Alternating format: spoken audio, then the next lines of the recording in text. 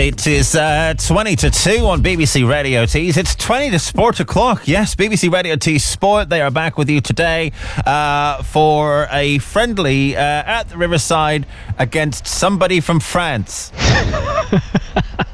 Auxerre. That's what I said. You don't listen. You don't listen. Yeah, you're right. Yeah. Yeah. There is a wonderful video that Auxerre, their official club Twitter page, has put up of all of their starting 11 trying to pronounce Middlesbrough. Oh, really? Which we've retweeted on our BBC Radio T Sport Twitter page. It is hilarious because the first player who walks out onto the training pitch, and they say to him, "Can you?" Who are we playing on Saturday? And he says it with so much confidence, and the guy behind the camera turns around and says, "Nope," and he's like, "What? What?" As if that's the way he's been pronouncing it his entire life and has only just found out. He's been wrong every single time. So well worth a watch. I will internet that now while you tell us about what's coming up at 2. Yes, so the final pre-season friendly for Middlesbrough. This time next week, it will all start for real in the Championship against Millwall. We'll have every kick of every Middlesbrough game this season in the Championship as head coach Michael Carrick looks to try and guide his team to the promised land of the Premier League. But first, it is that final pre-season friendly against Auxerre from the French League. Today we'll have every kick of it. Mark Drury and Neil Maddison will be in position. We're live from 2 o'clock, so we'll have all the build-up. You'll hear the team news. We'll hear from head coach Michael Carrick and one of the new signings, Sammy Silvera, who is right down in front of us, just signing some autographs to some fans who are already making their way into the stadium here this afternoon, which I have to say, Anthony, I know you're stuck in the studio this afternoon, but a beautiful, beautiful afternoon for a game of football. Clear skies, just a few clouds around. You can see right up into the Eston Hills, and the sun is beaming down onto the plush Riverside turf. We have every kick of Borough against Auxerre from 2.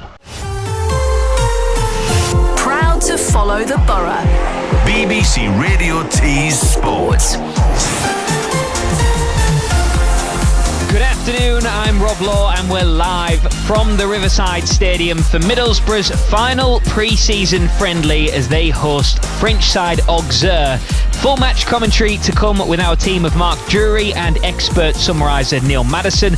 We'll hear from head coach Michael Carrick and summer signing Sammy Silvera, plus all the team news. We'll also keep you across the latest from the 5th and final Ashes test between England and Australia at the Oval today. Plus post-match reaction from Hartlepool United's penultimate pre-season friendly after a 2-1 defeat against Harrogate Town last night. All of that plus your thoughts and views on your team right here on your BBC Radio T Sport. BBC Radio T Sport.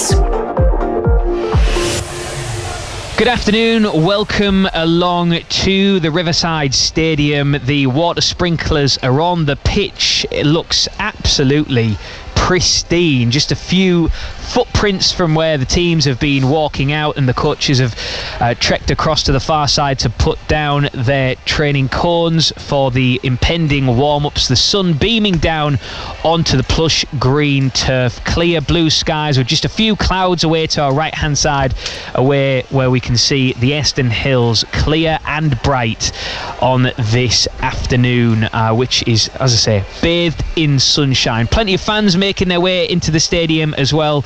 Many getting here early to just take in the sights and get their seats and scarves, and even seeing the odd foam finger or two in the main stand here at the back of this huge stand as we look down onto a sun-kissed Riverside pitch.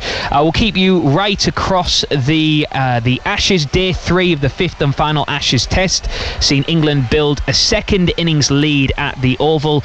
Their aggressive approach saw Zach Crawley and Ben Duckett put on 79 for the first wicket. Ben Stokes then sprung a surprise by putting himself in at number 3, with Moeen Ali unable to bat until later. A short time ago, England 146 for 2.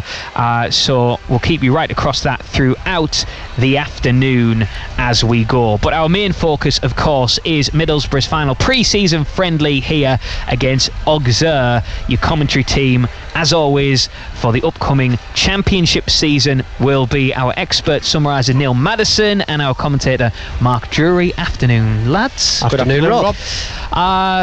Neil, firstly, what will today look like, do you think, for Michael Carrick? Do you think the team he goes for, and Mark's going to give us that team very shortly, but the team that he goes for is the team more likely to start against Millwall this time next week? I think the majority will be. No doubt about that. I think the last game coming up, you want to look and you've got to test what you think should be playing against Millwall, and you know, he might have to change a couple of things here and there. He might do that, but yeah, I think you're right. I think we've seen it over the years, haven't we? The teams, the last game of the season, and the teams that come out normally start the first game of the season. And we're a week away now. I mean, it's mad, isn't it? Yeah. It almost feels like it's taken forever, but at the same time, it feels like it's come round very quickly. It's a bit of a strange one. It is, yeah. I mean, I've missed it. I must admit, I've missed the games, building up to the games, but we're a week away now, and in that week, you're hoping you don't get no injuries. You're hoping that one or two might come through the door before the season starts, and you know, the importance is against Millwall is to get off to a good start. I think all teams want that. 3 points on the board, settle yourself down, then you go into the next one. But yeah, I think home advantage as well next week against Millwall is vital. So yeah, it's a massive start for us, and one that we're all looking forward to. So let's get the all-important team news then. To my right is our commentator for Middlesbrough, Mark Drury, and you've been jotting down furiously, even busting out the old highlighter. Oh, as always. Got to take it seriously, haven't you? Absolutely. Yeah. Right, this is the Middlesbrough team today. Senny Dieng in goal. Hayden Coulson at left back. Paddy McNair on the right. Captain Darragh Lenihan and Dale Fry in central defence. Hayden Hackney and Dan Barlasser are the central midfielders. Then Riley McGree, Marcus Forbes and Matt Crooks behind Morgan Rogers up front. So that means no Tuber Akpom and no Johnny Howson once more. The Borough bench, it's a long one again. Tom Glover, Bryant Belongo, Rav Vandenberg, Isaiah Jones, Terrell Aguiman, Matthew Hoppy, Alex Gilbert, Martin Piero, Finlay Cartwright, Sammy Silvera, Daniel Nkrumah and Jamie Jones. Now to Auxerre, relegated after just a single season back in Ligue 1 in France. This will be fun because their numbers bear no relation to what you would expect. So, for example, number 1, Saad Agazul, is a central defender. So bear with us, everyone. But I've been to speak to one of their analysts, and he's given me how they'll line up. So number 10 in goal is Donovan Leon. That's just wrong, isn't it? It is just wrong, absolutely. I mean, I thought like number 25 was bad, but this is something else. At right back is number 9, Paul Joly. At left back, 11, Gideon Mensah. Then numbers 1 and 2 play in central defence. They are Saad Agazul and Clement Akpa. In central midfield, they play the same 4-2-3-1 formation as the Borough do, Auxerre. You've got the captain, Elisha Owusu and Rayan Ravelason. Then the 3 attacking midfielders are Lassina Sanioko, Gauthier Hein and Gaetan Perran. Up front, it's Nuno da Costa. On the Auxerre bench, Nathan, it'd be great to know where these play. I'll just give you the numbers. Number 3, Nathan Bouayi Kiala. Usman Kamara is number 4. Kevin Danois, number 6. 7 is Theo de Persan. Nicolas Mercier is 12. Ange Ngata at 13. And Theo Pellenard 15. They are coached by Christophe Pellissier, our Auxerre. It's a far cry, this team, from the glory days of Giroud and the Champions League with Djibril Cissé, Philippe Mexes, et al. He was always a striker that I bought on Pro Evo, Djibril Cissé. He was always my first purchase from Auxerre. I suspect to no great success. Yeah, no, it was rubbish. Fast, but no end product. No control. Yeah, exactly. One man who always had control was Neil Maddison alongside us. What do you make of that Borough lineup then? Got it there in front of us for you to see, but anything jump out at you from that Borough lineup in particular? Not really. With the team that you've got fit, you could have gone for pace. on the wings with Isaiah Jones and Silvera, but you look at last season and we went for Guile, and I think we talked about a centre forward coming in, and that just release Morgan Rogers possibly to go on the left hand side and McGree on the right hand side or either side, because he is a winger. He spoke to you, Rob. Yeah. You know, he is a winger, and I think getting a centre forward in just for him to release him and put him in a position which he's comfortable with. I think he's comfortable at centre forward. I think he's quite he's really an intelligent player, and therefore that intelligent role for me on the left hand side, which he would have been playing if we did have a centre forward. Yes. I think he'll be important, because if you think of Aaron Ramsey last season, good player, technically very good. Rodgers is pretty much similar, you know, in that respect. So no, it is what it is. You've got a few injuries, and Matt Crooks will be further up top, gives you a little bit of height, a little bit more at set pieces, hopefully, and we'll see what we're all about today. I thought against Real Betis when we played them first half. I mean, we played some unbelievable football, and we had chances. I mean, we had 3 or 4 glorious chances, but we never put them away. And therefore, you want one of them strikers, you know, that can stick them away, can't you? Because I think the game could have been over at half time. It wasn't. Then the sucker punch comes, and they came back into it the second half. But I just think Michael Carrick has a certain way of playing from the back, passing it through midfield quickly, bypassing that high press if it happens today, and dropping balls into McGree, into Matt Crooks and Rodgers as well, just to bypass that, you know, high press. And I think it's a capable team, but I've said it to you all pre-season. Yeah. I still think we need reinforcements. And we spoke to Morgan Rogers after that Real Betis game, didn't we? And in that interview, a brilliant interview, and I think he's going to be good fun to speak to throughout the season. Very level-headed despite his young years, and openly said, look, playing up front is a new game to me, and I'm learning that as I'm playing it. But he was praising the quality of the play in behind him, the ones who were supplying him. And in that particular game, Dan Barlasser and Hayden Hackney, that first half against Real Betis, absolutely ran the show. And I asked you this first half against Real Betis about Dan Barlasser. Really had to bide his time, hasn't he, since he's arrived at the club. Johnny Howson's sort of kept him out because he is forever young, is Johnny Howson. But now, pre-season, Dan Barlasser has been pretty much a main fixture, and with Howson still out with injury, this is a real opportunity for him now to cement his place and put himself right at the forefront of Michael Carrick's mind. Yeah, no doubt about it. I think when someone's out, as Johnny Howson is, and there's a position to be filled and you're in it, Dan Barlasser has got an opportunity that I don't think he would have expected at the beginning of this season. I think he would have expected, I've got to bide my time, wait the course. If I get a few injuries, I've got to get in there and perform well. But in pre-season, I've got to say, I think he's done really well. And in particular that game against Real Betis, him and Hayden Hackney. I mean, we talked about Hayden Hackney. I just thought he was brilliant. He was just ridiculous, honestly. I mean, you look at him, and if he performs like that week in, week out with a Borough shirt on, I guarantee you this, come Christmas he possibly won't have a Borough shirt on, because there'll be clubs queuing to look at him and buy him, because he's a young product, he's a young lad that has just excelled in that position. And he's going to get better, in my opinion. But Dan Barlasser is alongside him. Yeah, what an opportunity for him, a real opportunity. But the looks of the team, you look at it, and we've seen him play over pre-season, we've seen a mix over the pre-season, but that game against Real Betis, there was a real, I would say, organised, professional, and just had a look about it, had a real good look about it and a good feel. When you look at that side, you think, and the way they played, you're sitting back and admiring it. The only thing that we didn't do is score goals, but you created them opportunities. You created real good opportunities, and unfortunately we had no one really to stick them away.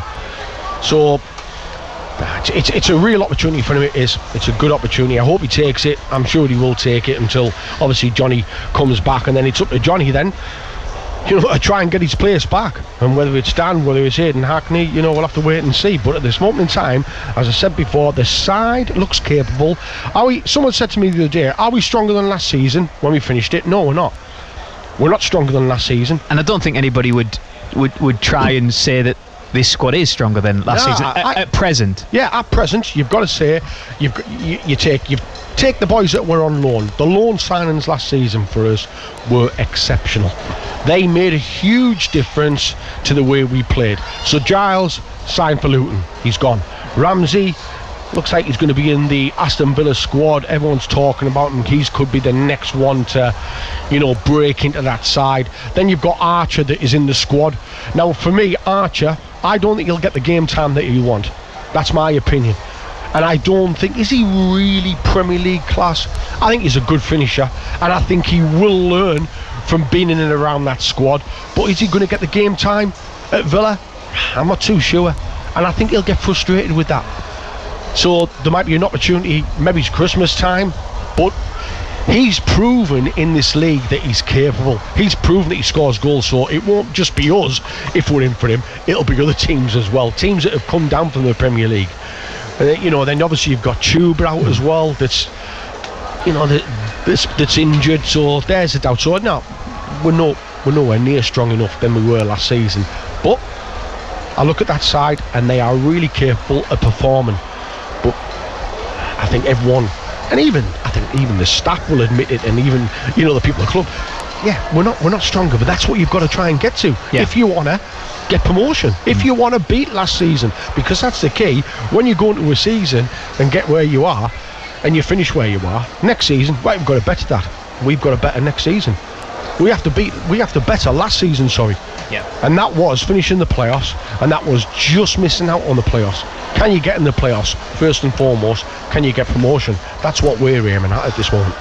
And we're going to get on to Chuba Akpom very shortly, because plenty to discuss on that alone. And thank you to FH, who's been in touch. He sent me a question in midweek, and FH, I will put that question to Mark and Neil very shortly. But first, just the topic of Ryan Giles to discuss, because Luton Town earlier this week announced the signing of Ryan Giles. He said, speaking to their club's website, I've reached the point at my age that I've had a lot of loans and feel those experiences have made me the player and the person I am today.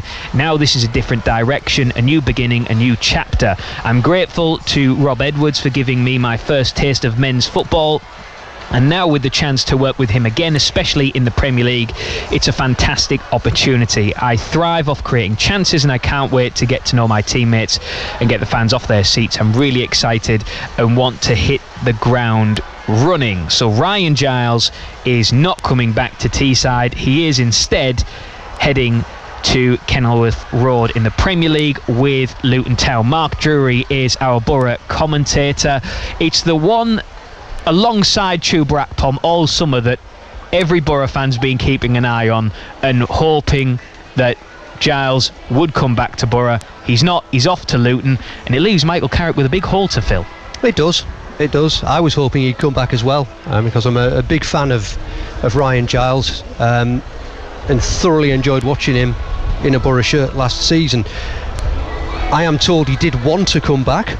They certainly tried very hard to bring him back, but at the same time, the money involved, I think, proved to be a bit of an issue in what it would take to bring him here.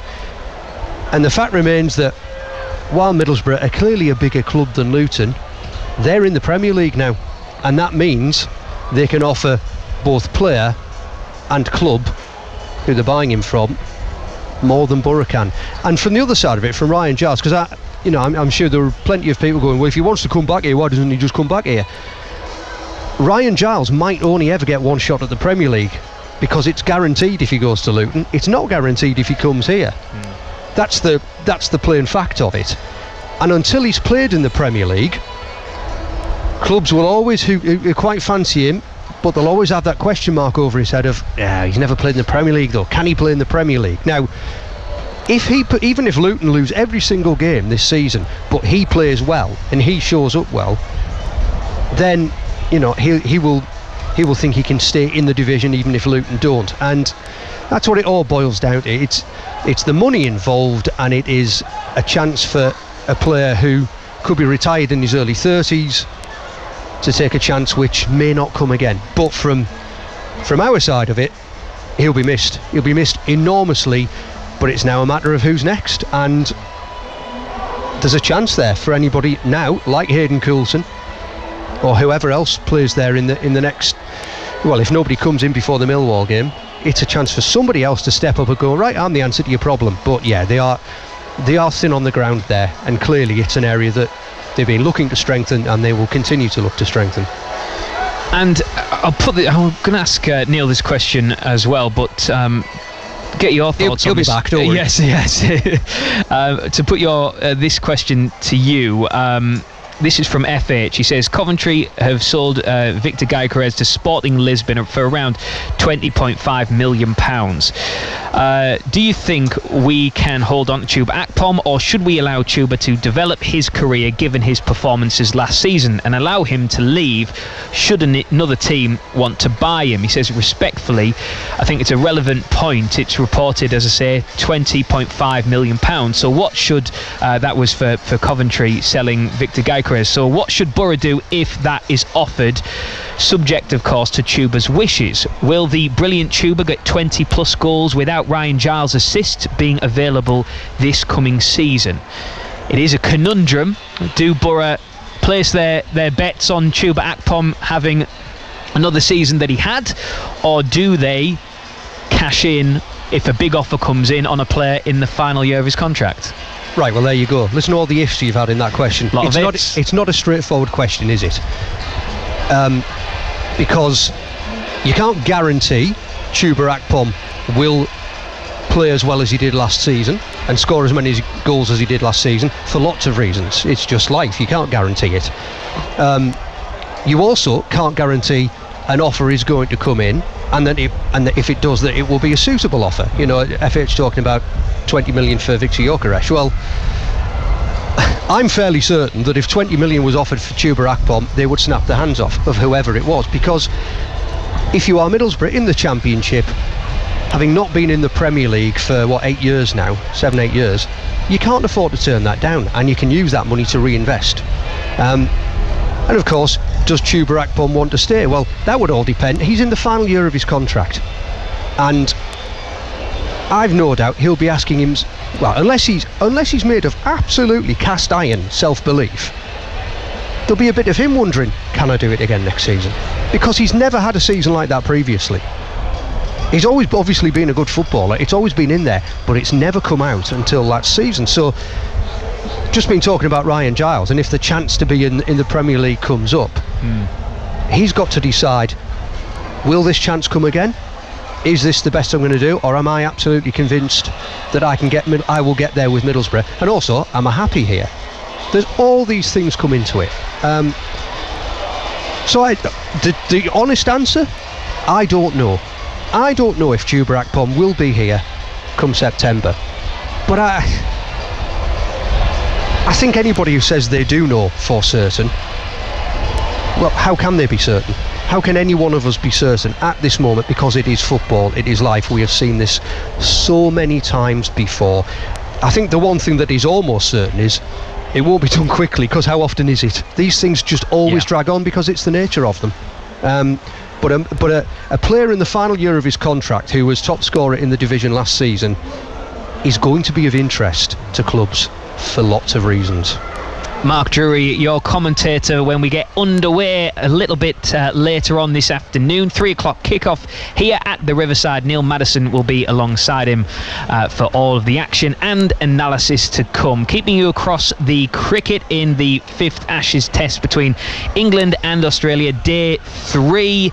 England currently 162 for 2 in their second innings. They lead by 155 runs after getting Australia all out for 295. Right, let's look back at Middlesbrough's penultimate pre-season friendly, which ended in a draw at Bradford City in midweek, and this is how the game unfolded. Proud to follow the Borough. BBC Radio T's Sports. Poppy out to the right-hand side. And this is better from Borough. And it's right-hand side of the penalty area, squared to Silvera, who hammers home inside the 6-yard box. And it was Isaiah Jones who made inroads down the right-hand side, a counter move sweeping from right to left. In the blink of an eye, Borough turning defence into attack, and Sammy Silvera getting his second in pre-season. He is very much on his way in a Borough shirt. It's Bradford 0, it's Borough 1. Oh, Borough have given it straight away. Tom Glover gets himself all in a mix-up and hands it on a plate to Andy Cook, who taps in an uncontested net. It's 1-1, and that was a calamitous mistake at the back. Oh, nice little touch from Alex Gilbert, and it's a penalty. Isaiah Jones thrown down onto the turf inside the box. It is a penalty to Borough. Alex Gilbert to take it. Stood over the ball, hands on his hip, takes 1, 2, 3 paces back. It's a very short run up. The stutter, the eyes, and rolls it back into the net. And Middlesbrough go 2-1 up at Valley Parade. A calm, cool head prevails from the spot. And Alex Gilbert gets another goal in pre-season. Ordua looking to drill one in the penalty area. Header from Andy Cook, and what a superb goal that is from Bradford City. Credit where credit is due. The cross from Ordua was drilled in, but Andy Cook rose highest, connected with some power. It clattered on the underside of the crossbar. Nothing Tom Glover could really do about that one, but it beats him all ends up. And the game level at 2-2. Richie Smallwood with this free kick for Bradford City curls it to the back post, headed down inside the 6-yard box and tapped in by Matty Platt. As Tom Glover, well, was caught out at the back. The ball dropped down, put back across the face of goal by Andy Cook, and Platt just had to nudge it in from mere yards out. And that puts Bradford City into the lead. Bradford 3, Borough 2. Now Silvera picks up possession, tries to play it into Nkrumah, who nutmegs the goalkeeper and scores to equalise. Bradford City want the offside flag. It's not going to come. It is 3-3. And Nkrumah gets on the end of it. He's had very little to work with since he came on, but Silvera and Isaiah Jones combining well. Silvera into the path of Nkrumah, who did well to just slip it through the legs of Harry Lewis for his first Borough goal. On 89 minutes, Bradford City 3, Borough 3. BBC Radio T Sports. So that's how it ended in midweek as Middlesbrough made the trip to Valley Parade. Afterwards, I spoke with the Borough head coach Michael Carrick, who says it was a worthwhile run out. Yeah, it was a good game. I think it was a tough game. We knew coming here they were a good team, and it was a strong team that they put out, and it was a good test for our boys, you know, to come up against something that we haven't really come up against so far, and obviously changed the team because we needed minutes, and we got to balance the minutes, and we want to be fair to everyone in terms of getting them ready for the start of the season. So and it's not easy when you mix the team about a little bit and players you got to fit in, so I understand that, but I thought it was the minutes were important for everyone, and we got what we wanted from the game. Obviously it would have been nice to win the game, but you know, it wasn't about that tonight. It was about preparing the lads ready for the start of the season. A nice moment right at the end for Daniel Nkrumah, who came off the bench, and I think very cool and calm finish as well to nutmeg the goalkeeper. But in pre-season, moments like that for some of the young players, moments that will live with them forever. Yeah, it's important they learn from the experience, you know. Some of it they find tough moments in the game, and you've got to learn how to overcome that, and other times you get good moments. I think AJ had one a couple of weeks back, and Daniel's come on. It's not just about the goals, it's about, you know, young Finn's come on and had a couple of experiences with us now, and the boys have all trained with us at some point as well, so that, you know, it's not all new to them, but that's that's what it's about, training with us, learning from what we want as staff and what the standard the players set in training, and then obviously getting a chance, however it is, 5 minutes, 25 minutes, whether it's a full game, the chance is there, and quite a lot of the boys have had the chance over the last few weeks, which is good. And like you say, a mixture of young and experience as well, and Sammy Silvera and Alex Gilbert once again getting on the score sheet, which for you as a manager, and new players coming into the squad, to see them getting on the score sheet in pre-season quite regular must, one, give you plenty of confidence, but also for them in terms of getting settled in at a new club, hugely important for them. Yeah, the goals are, but it's not. I'm not judging them boys on goals at this stage. I think it's how they settle in. Alex had a bit of a knock, so he's missed a few days training over the last couple of weeks, but Sammy's looked really sharp since he came in, and been really pleased with him. I think you can see again tonight he's dangerous, and he's got really good moments in him. So delighted for them settling in.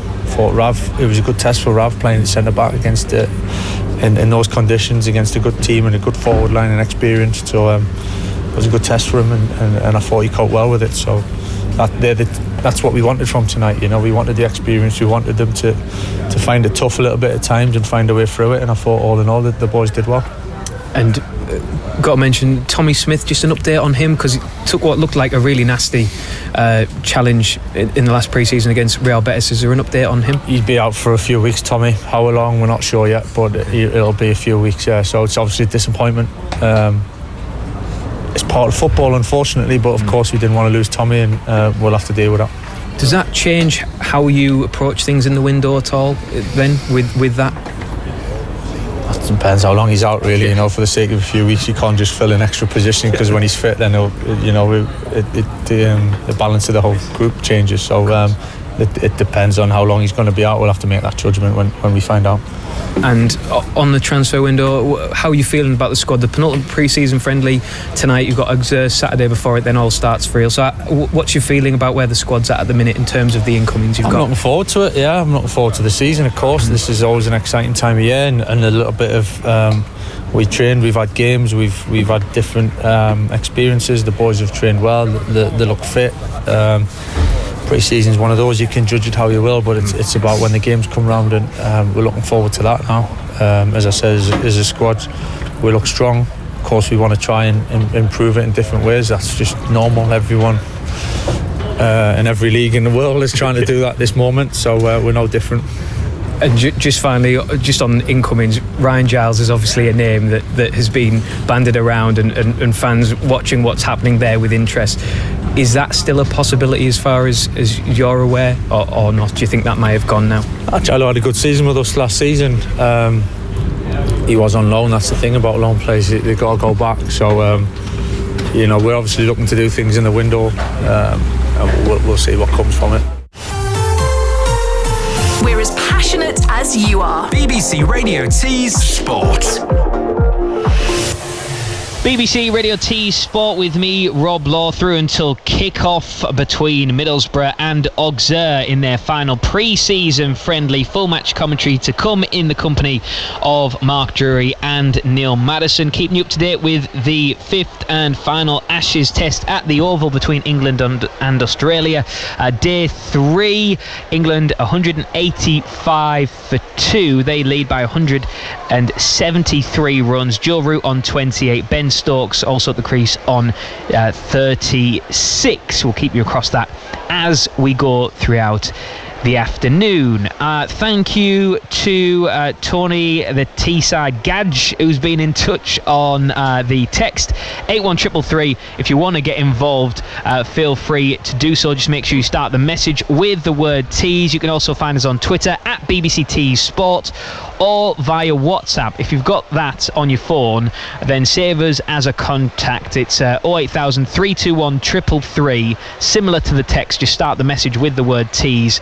Pop your name on there as well, and we can give you a mention during our broadcast this afternoon. He says, "Hi lads, good to hear you all again. Time moves on, and so do players.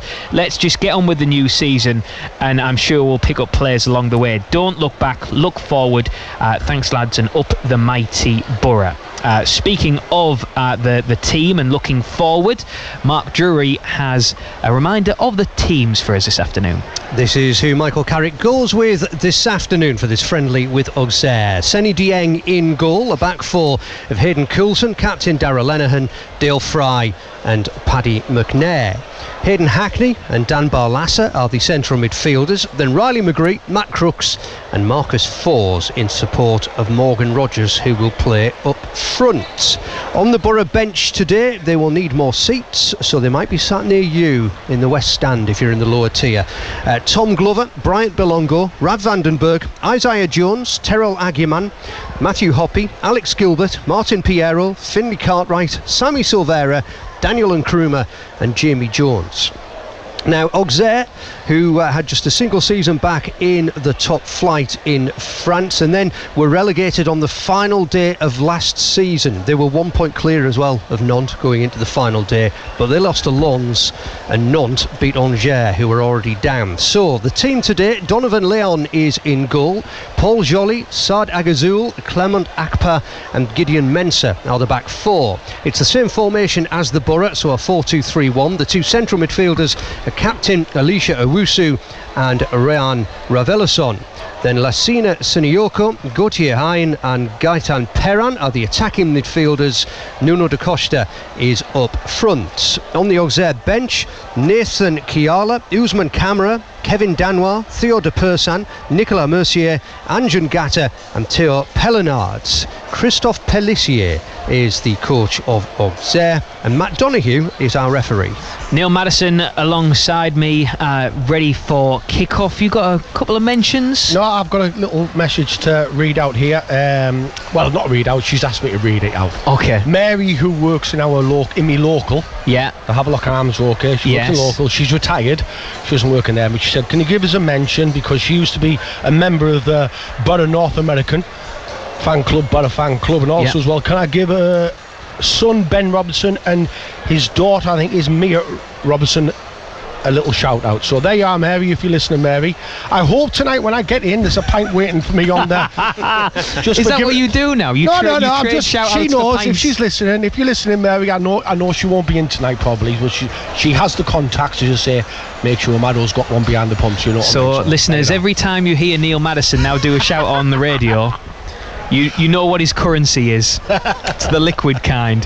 You're listening to BBC Radio T Sport with us on 95 FM, DAB, digital radio. Freeview 722 as well. If you want to get involved, I'll mention those numbers again. You can text 81333, start the message with T's. If you're on Twitter, then at BBC T Sport is where we live on there. Well worth a follow. I'm not just saying that, but throughout the season, before, during and after the games, we put all of our interviews up on there for you to listen to in your own time. There's also nice little facts and figures and formations and team news on Middlesbrough throughout the game, so well worth a follow. At BBCT Sport is where we are on Twitter, so make sure you drop us a follow, because it'll probably keep somebody in the office in the job for a little bit longer. Don't worry, Dan, we've got you. Right, still plenty to come. We're going to hear from Sammy Silvera very shortly. I managed to speak to him after the 3-3 draw against Bradford City in midweek, which was the penultimate pre-season friendly. Just looking around the West Stand, and you can see it's starting to really fill up now. It is only the West Stand that is open. Plenty of young Borough fans perhaps making their way into the stadium for the very first time. Both teams out on the pitch down in front of us and going through their final warm-up routines. Neil, just in pre-season so far, you've seen every pre-season game up to this point. Is there a particular player for Borough who's really made a case for that starting 11 come Millwall this time next weekend, who maybe has come out of left field a little bit, one you maybe didn't expect to impress as much as they have? Not really. Put it on you now. No, not really. No, Okay. I think Silvera's done well. I think he'll be an asset. You know, he's got a lot of quality, lots of pace, direct, gets at defenders, and defenders hate that as well. So, yeah, he's done well. He's scored a couple and created a few chances. So, he's stood out for me. But the one player I've been, I would say, impressed with, and his leadership qualities, is Darren Lenihan. I think he's been excellent in pre-season. Yeah. Just does it as any top professional would do. I'm not saying they all have him, but you'll watch him and you think, such a good professional, gets about it, and that's why he's got the armband. He's got the armband because he is a leader. He's got a vocal the vocal area, which is massively needed. Points the finger, pulls people around. It's needed, and I think I said about Paddy McNair playing in that right back spot. I think watching him play the other night, I think it gives you experience, know-how. Tommy Smith injured, he was the one that was going to go in there, and as I said, I think that will be the starting lineup. Possibly maybe one or two might just step out of there because you're playing against Millwall. Michael Carrick might just see something and think, we might need a little bit of pace there, because you've got that pace on the flanks, and that's the only area where I see us changing things if we have to. I've mentioned a question to Mark earlier, and I don't want to harp back too much to it, because I know we're getting texts in saying the lone players are gone now, let's focus on who we've got here. But just a final point on Chuba Akpom, and this is a message in from FH, who was asking about the future of Akpom, and basically saying, if a fee of around 20.5 million or 20 million is offered for Chuba Akpom, similar to what Victor Gyökeres went for Sporting Lisbon from Coventry City, do Borough stand in his way, depending on what Chuba Akpom wants to do? Maybe he wants to stay, maybe he wants to go. But if an offer comes in like that, is that too good to turn down, do you think, from Middlesbrough's perspective, with all they have to keep in mind with financial fair play and everything else? Yeah, I think that's down to the football club, and they'll assess that, and they'll look at it and they'll think, well, financial fair play, the money that you're getting, can we re-strengthen in certain areas? Can we get someone in a little bit cheaper that can do half the job that Chuba did? Because let's not forget, you're replacing 30 goals.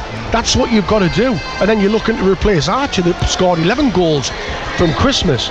So that's the area for me. It's massively important. I think defensively, we leaked a few goals last season, but it's the way we play. If you can get us playing like we played last season and create them opportunities, bearing in mind Giles is not there, you're gonna have a good opportunity. But you talk about Real Betis, and we created them chances, and yet we didn't score. You've got to have a certain player up top that knows where the back of the net is, and we have to come away from the loan signings now, because they're not here. But what we do is sort of look at them, and you have to try and get someone in similar to what they produced, the quality that they showed. If you can get that through the door, I think most Borough fans will be absolutely ecstatic and delighted. That's how I see it. I see we've got a way that we play it under Michael Carrick. He either goes with pace or with guile on that left flank. All the rest of it is exactly the same. It's exactly the same. It's a back four. It's Johnny Howson sitting, or two in midfield. There's one in front, there's one up top. You interchange positions. The two wingers float in. If you can emulate what you did last season with the quality that we had, and bring that forward in, they can bang it in the back of the net, I promise you we'll do alright this season. But I've just been outside there, and I did the fan zone and going past, and a couple of blokes pulled me and said, Maro, we're nowhere near as good as last season. Nowhere near. So we're saying, yes, are we good enough to perform? Of course you are, but you're looking to better last season, and at this moment in time, that's the opinion of the fans. We're way short of last season at this moment. Like I said half an hour ago, Rob, if somebody wants to offer 20 million quid, how can they turn it down? Yeah. How can they? And you're right, and then, as I said before, you've got to replace that 30 goals if he does go. I think if he stays, I think it'll be a great coup by the football club, because shows the intention, But then you still got to do business in the transfer window, in my opinion. You've still got to try and bring a little bit of quality around Chuba, because Chuba can't do it all by himself. He needs that quality around him, and the players that we brought in last season, I tell you now, didn't half help Chuba. They were the ones, and he'll tell you that himself, without the likes of Giles, without the likes of Ramsey, Archer, you know, he wouldn't have scored the goals that he did. He had real quality around him. And I'm not saying that the players that we've got in aren't quality, they've got real potential, but I thought the players that came in absolutely lit it up, and we were on a different. I remember watching us against Preston here. I sat back. I mean, I'm absolutely purring because we were that good. Norwich, first half. Yeah, we were that good, and it was that for the majority of the season, and I still say it now. If we had kept a fully fit side, we wouldn't be playing Auxerre today. I'll tell you that now. We'll be away abroad somewhere in America, like all the teams are, playing some team, you know. But yeah. On a different note, I wanted to bring up Isaiah Jones, because after the draw against Bradford City in midweek, and I think it was Scott Wilson from the Northern Echo who put the question to Michael Carrick about Isaiah Jones in the season that he had last season. I think many Borough fans have by now probably come across the interview that he did, talking about all the things that were going on in his life outside of football and the effects that had on him mentally last season. And there was times when, you know, he wasn't in the squad and everyone was going, where's Isaiah Jones? What's going on with Isaiah Jones? What's Michael Carrick's problem with Isaiah Jones? Yes, How many times did that come in? Yeah, it came in a lot last season, didn't it? And he gave an answer which I thought was a really measured but heartfelt answer, in which he said, look, as a manager, as a head coach, I have to protect my players, and I spoke with Isaiah Jones at length, and we did everything we felt we could to support him in those moments. And in those moments, the best thing we could do for him was to bring him out of the spotlight and let him deal with the things that were going on outside of his footballing world, and support him in that. And we saw against Bradford, he played, he featured, he won the penalty, he assisted one of the goals. This is a chance now for him to start enjoying his football again, isn't it? Rob, you've used there twice a phrase I want to pick on: outside of football. I don't think there is any outside of football, in the same way there is no outside of work, no matter what you do, because what we're talking about is life. Life is happening all the time to you, and that doesn't matter whether you can go down the pub and no one will say boo to you. No, I know that. My point is, nothing that happens to any of us can be divorced and separated between work and the rest of it, because you are living it every second of every day. So everything that happens to him and to everyone else who plays football will have an effect on them, obviously. And the point Neil makes is a valid one. They can't. The problem for them is that they can't or don't want to answer back or talk about that in public. So good on him for opening up and explaining what he was going through. I just think that point is a valid one, that there is no inside and outside of football. There is just life, and these are people who are going through the stuff that everyone else is going through.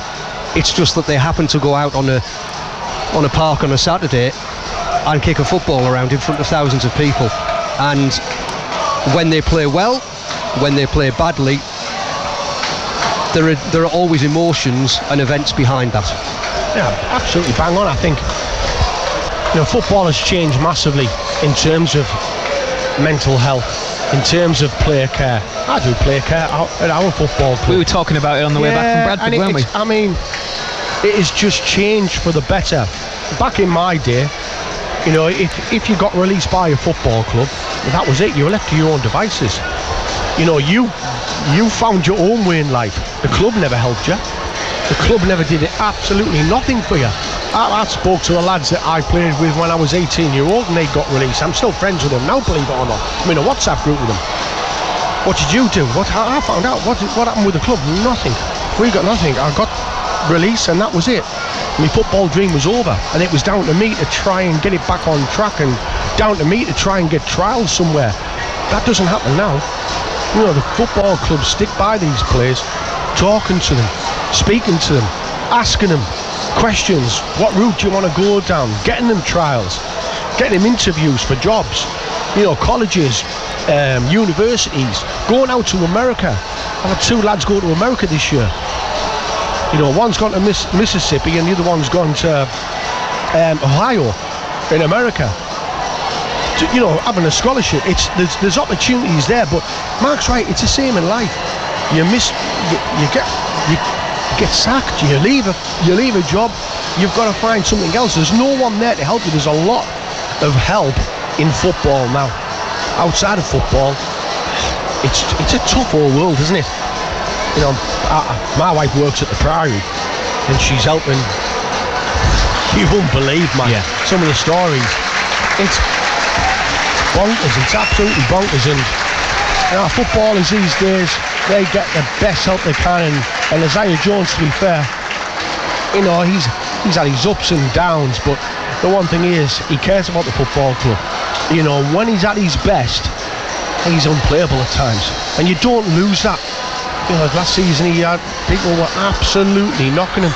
Pre-season, you look at the pre-season games this season, and he's still got to deliver that ball. He's still got to get certain things right. But I tell you what, is he a good player? I think he is. Is he an asset to this football club? Yes, he is. And the club will decide when and if they sell him, if the time comes. But at this moment in time, he's part of this squad, and good luck to him, and good luck to the rest of the boys. I hope they have a good season and do really well. The thing I think I picked up most from his answer to Scott Wilson was the level of, and it's that word that you used, Neil, that level of care that Michael Carrick had about his player in that moment in time, and that protection that he wanted, almost used himself as that buffer between Isaiah Jones and whether it be media, whether it be fans or whatever else. He put himself there, and clearly Isaiah Jones had that the support he needed in that moment. And now hopefully Borough will reap the benefits of that this coming season. I'll put this to you. Have you ever been to work and you've been absolutely stowed under with everything's coming through your ears and this and that, and you're getting stressed, and it's got to a point where you can't do no more, and you just need to get away from everything? That's what it's like in football sometimes. The pressure of, people will say, I don't earn the money, and you're right, but it's not about that. It's about an individual. We're all individuals. We're all the same. Yeah, my dad used to work in a factory. I played football, but it doesn't change the fact that we're all human beings and we still feel and hurt the same. And how you care about, doesn't matter if he's earning £100,000 a week or or £20 a week. We're still the same. You know, the level of care in football, as I said before, has changed absolutely massively. And when you're having a tough day at work, sometimes you just want to drop tools and just get away from it and just recharge them batteries. Some people can do it, some people can't. And that's all I think that Isaiah did. He got to a stage where he thought, I can't go on with this. You know, the mental side of it, it's affecting me. You know, I'm breaking down. I don't want to do this. And the manager just made that decision, stepping away from it. And it helped him massively. And that's, I say that just with Isaiah, that's everyone. Everyone needs a bit of help sometimes, a little bit of care. Someone to put an arm around them and help them. And that's all that's happening with Isaiah. An absolute credit to Isaiah Jones for speaking out. Well worth a watch. You'll find it on YouTube, I'm sure. But credit to Middlesbrough as a football club as well for the support that they offered their player in that time. Let's just turn our attention now as we approach kick-off. 9 minutes to go until we get underway for the final pre-season friendly before all starts for real this time next Saturday in the Championship. New signing Sammy Silvera once again found himself on the score sheet since arriving from Central Coast Mariners in Australia. Silvera scored in the 3-3 draw at Bradford City on Wednesday, his second goal in pre-season, and the midfielder says despite the draw he was pleased to grab another goal. I mean, it's always good to get on the score sheet. I mean, it's a tough game. Like, credit to them, they showed a good fight. They had some good play, but I think it's a good test for the boys, and I think we did really well. Just on your move, you seem to have settled in really well here, like I said, on the score sheet again tonight. So for you, how important is that to get off the mark so quickly as you have done? Oh, extremely. I think if for any player that comes to the club, especially an attacker, you want to get off the mark straight away.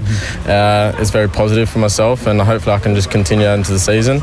I feel that since coming to the club, like, everyone's been so encouraging and welcoming, and it's a great group of boys, and I feel like I've really settled in quite well.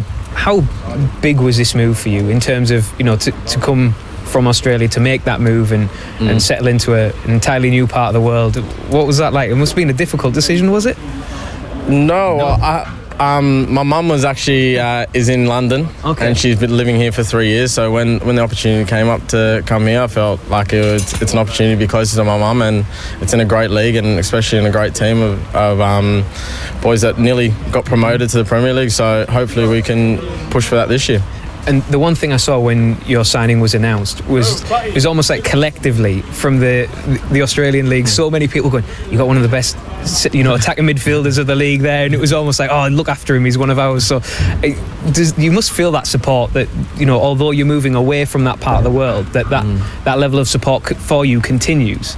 Yes, coming after last season, I think I had a really good season, and the support there is obviously massive, and they encourage that to go overseas and obviously to push the limits and do well. Obviously, Australia is a growing league, but you can't turn down a move to the Championship. Yeah. And it must help that you have obviously your mum in London, but you got Tom Glover here with you as well, so you probably will have been rivals at one point, but now you're teammates. Yeah, well, I think we talked about that a bit, especially the grand final. We got it 6 over him, but no, we have a good laugh about it. And even speaking to Riley before coming, and he speaks so highly of the club, and I think it was an easy decision once I spoke to him. What role has Michael Carrick had to play in you coming here? How big of a draw was that to play under somebody like that? I think my previous coach is Nick Montgomery, and he grew up in England. He kind of has that similar coaching style where he's a great player manager, but he gets the best out of you, and he's like, Michael Carrick's so chilled. He's very encouraging, which is great for me. And what's he said to you about what he wants to get out of you during your time here on Teesside? Honestly, just when I'm in the attacking third, just do what I do what I got signed for. But defensively, I got to work for the team, and that's what I'm still working on that. Still got to work on that, but that's the main bit for me. And just finally, one pre-season friendly left to go, and then it all starts for real. Just how excited are you to get it all starting for real in the Championship against Millwall? To be compared to this pre-season in Australia, it's 16 weeks there, so it's quite quick here. But it's also I'm just waiting to get going. I can't wait to get started, and I'm just looking forward to the season. Sammy Silvera can't wait to get going, and he's already impressed in pre-season. Maybe don't tell Tom Glover too much about it after knocking 6 past him in the grand final in Australia last season. I'm sure that's led to a few jokes and little giggles in pre-season training for sure.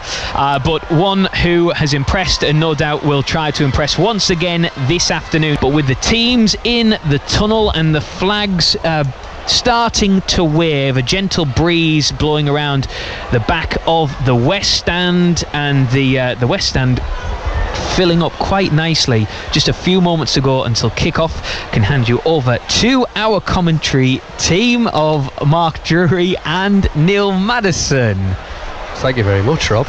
I've just something come back wrong with your watch. I've just come back off holiday. Give us a break. I've been doing your job for 2 weeks, so this is you making up for it. It was only a week, give over. And beautifully you did it as well, by all accounts. Thank you, Rob. Yes, the Riverside is all set for the arrival of our teams this afternoon. Middlesbrough of the Championship and Ligue 2 in France, Auxerre. Here come the officials. Matt Donoghue, our referee, Alan Clayton and Jake Top are the linesmen. And leading the Borough out for the final time before the big Championship kick-off, it is Dara Lenihan. Borough in their all-red new home strip with the 2 thin white bands across the chest and the blue trim, and Auxerre in all white bar blue shoulders. Borough today have Senny Dieng in goal for this final dress rehearsal. Hayden Coulson and Paddy McNair are the fullbacks. Darragh Lenihan and Dale Fry in between them. Hayden Hackney and Dan Barlasso, the central midfielders. Then Riley McGree, Matt Crooks and Marcus Fors support striker Morgan Rogers. Now for Auxerre. In goal, Donovan Leon. It's the same formation, the 4-2-3-1. Paul Joly, Sardag Azul, Clement Akpa and Gideon Mensah at the back. Alicia Owusu, Rayon Revelason, they are the two central midfielders. Then Lucina Sinioko, Gautier Hein and Gaetan Perran behind Nuno da Costa up front. Neil Maddison is out with me for his final gallop before the new season. Neil, it feels like 2 minutes since we were last here for that playoff semi-final second leg against Coventry. We've had all the talk about the strength of the squad, and that will continue, of course, as July turns to August and the deadline approaches. But right now, there's every chance that this is the team that will start against Millwall. It normally is. And that a week before the season kicks off, you normally have that pre-season game against a top foreign side. We've had it every year, and maybe it's 1-2 change, but it always seems to be the same one. And I said before, Michael Carrick might have a difference.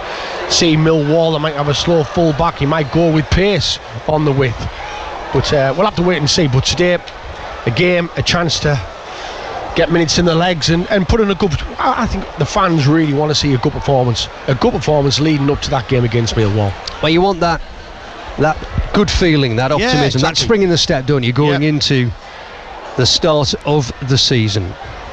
Well, the referee's just checking with his officials. A final check of the watch. Morgan Rogers standing over the ball for the Borough on it's a day of sunny spells, isn't it? Light cloud around. And Borough attacking the goal to our left, get the game underway with a short pass, and Dan Barlasso just turns away from the oncoming challenge. Lenihan, that pass is half blocked, and Auxerre will look to attack down the right hand side, and they're doing so now with Ravelon up against Coulson, doesn't put the ball into the area, and now they'll go back towards halfway.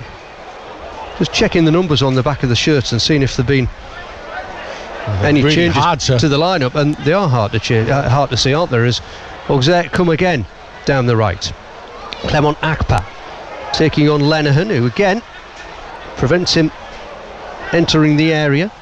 Revelon getting away from Hackney, does finally attempt to whip the ball in, and it's blocked by Coulson, and the French side have a throw-in roughly level with the 6-yard line. 1 minute gone, 0-0 on BBC Radio T Sport. The Borough against Auxerre. Throw-in taken short, more defending for Coulson to do here, and he does it well. I'm interested to see how Hayden Coulson gets on today, Neil Maddison. It's a real opportunity. Now Giles has obviously gone to Luton. There was a little bit of glimmer of hope that he was going to change his mind and come here, but now he's signed. I think Hayden Coulson himself will be quite happy, because I'm sure he'll be looking and thinking, is he coming, is he not coming? And now he's got a real opportunity to shine. I like Hayden. I think he's a good player. I think he's got real potential. He's still only, relatively young in terms of football age. Auxerre sling this one long, and it will bounce through to Seny Dieng. Now, do you remember at 2 o'clock when I said this will be fun, because Auxerre's lineup, the numbers bear no relation to where you would expect them to play? Like the goalkeeper, for example, has got number 10. I tell you what else these numbers bear no relation to, and that's the team sheet. Because Paul Joly's down as number 9, and he's got 26 on his back at right back. So bear with us. We'll do the best we can. We know that Riley McGree and Marcus Fors are out wide for Borough. McGree on this left-hand side with 8 on his back. Fors on the right with 21, and it's the Finn who's just trying to take on his man and won a throw-in as Barlasso cushions it and goes back to Fry. Dan Barlasso will, as you were talking about earlier, Neil, Dan Barlasso will want to get off to a strong start to the season, because whenever Johnny Howson comes back, it's his challenge he'll have to hold off. He's had a really good pre-season, in my opinion, as well. Dan Barlasso, he's got on the ball. Him and Hayden Hackney have forged that partnership in there. Borough looking long for Forsey. He sticks his backside into the defender, but then couldn't get away from his man. I think that's Gideon Mensah over there. Or was Mensah just pulled up a little? I think he got his heel trodden on by Fours as he pursued the ball, and Borough have won it back in midfield. Rogers lays it off first time, looking for McGree, and swiped out of play by the right back Joly for a Borough throw-in in front of that deserted east stand. Now you will notice, Neil, around the pitch a number of footballs placed on little markers down there, because the multi-ball system will be in operation in the Championship at all grounds this season, as Barlassa slides it in the middle of the pitch. Matt Crooks puts a challenge in, and Borough nearly pinch it just outside the Auxerre penalty area. French side in possession once more though. There's the left back Mensah. They played across their area. Agazul looking to the right hand side, and Ravelon. They can look after the ball, can't they? They're passing it around.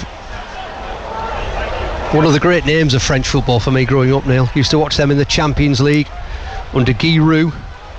Remember him? He had that incredible 36-year uninterrupted spell as head coach of Auxerre, 1964 to 2000. He had a few more years as well afterwards, but the uninterrupted spell, I mean, that's staggering, isn't it? As they switch it to the right hand side, Coulson tracks the ball and tracks his man in the process, wins it back but only briefly, and Auxerre are on it again. 97. Have you ever seen a number 97 on a football pitch before? That's Ravelson in the middle. Here comes Sam, who did the team sheets earlier. I'll be speaking to him at half time. At the moment they're passing it around. They haven't really got him behind us, but really comfortable on the ball. Yeah, the sun's come out again, and again it's Auxerre out on the right. I think that might be Siniyoko who's got it. You're just guessing now. It's an educated guess from where he's playing on the pitch. From what their analyst told me earlier, it's going to be a ball from right to left, and the fullback Mensah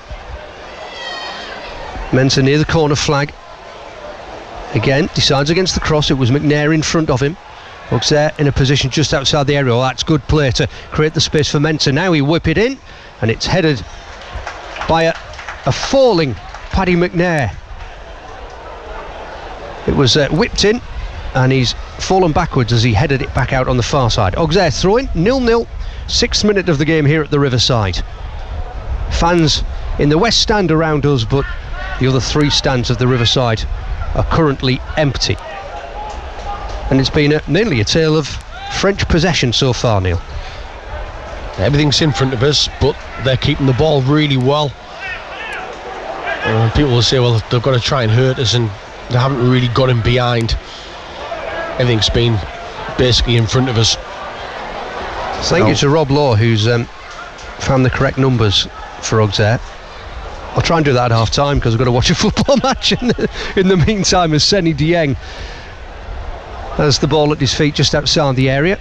Auxerre not really wanting to press. They're a few weeks behind in terms of their preparation, with the French season not starting at the same time as certainly as the Championship.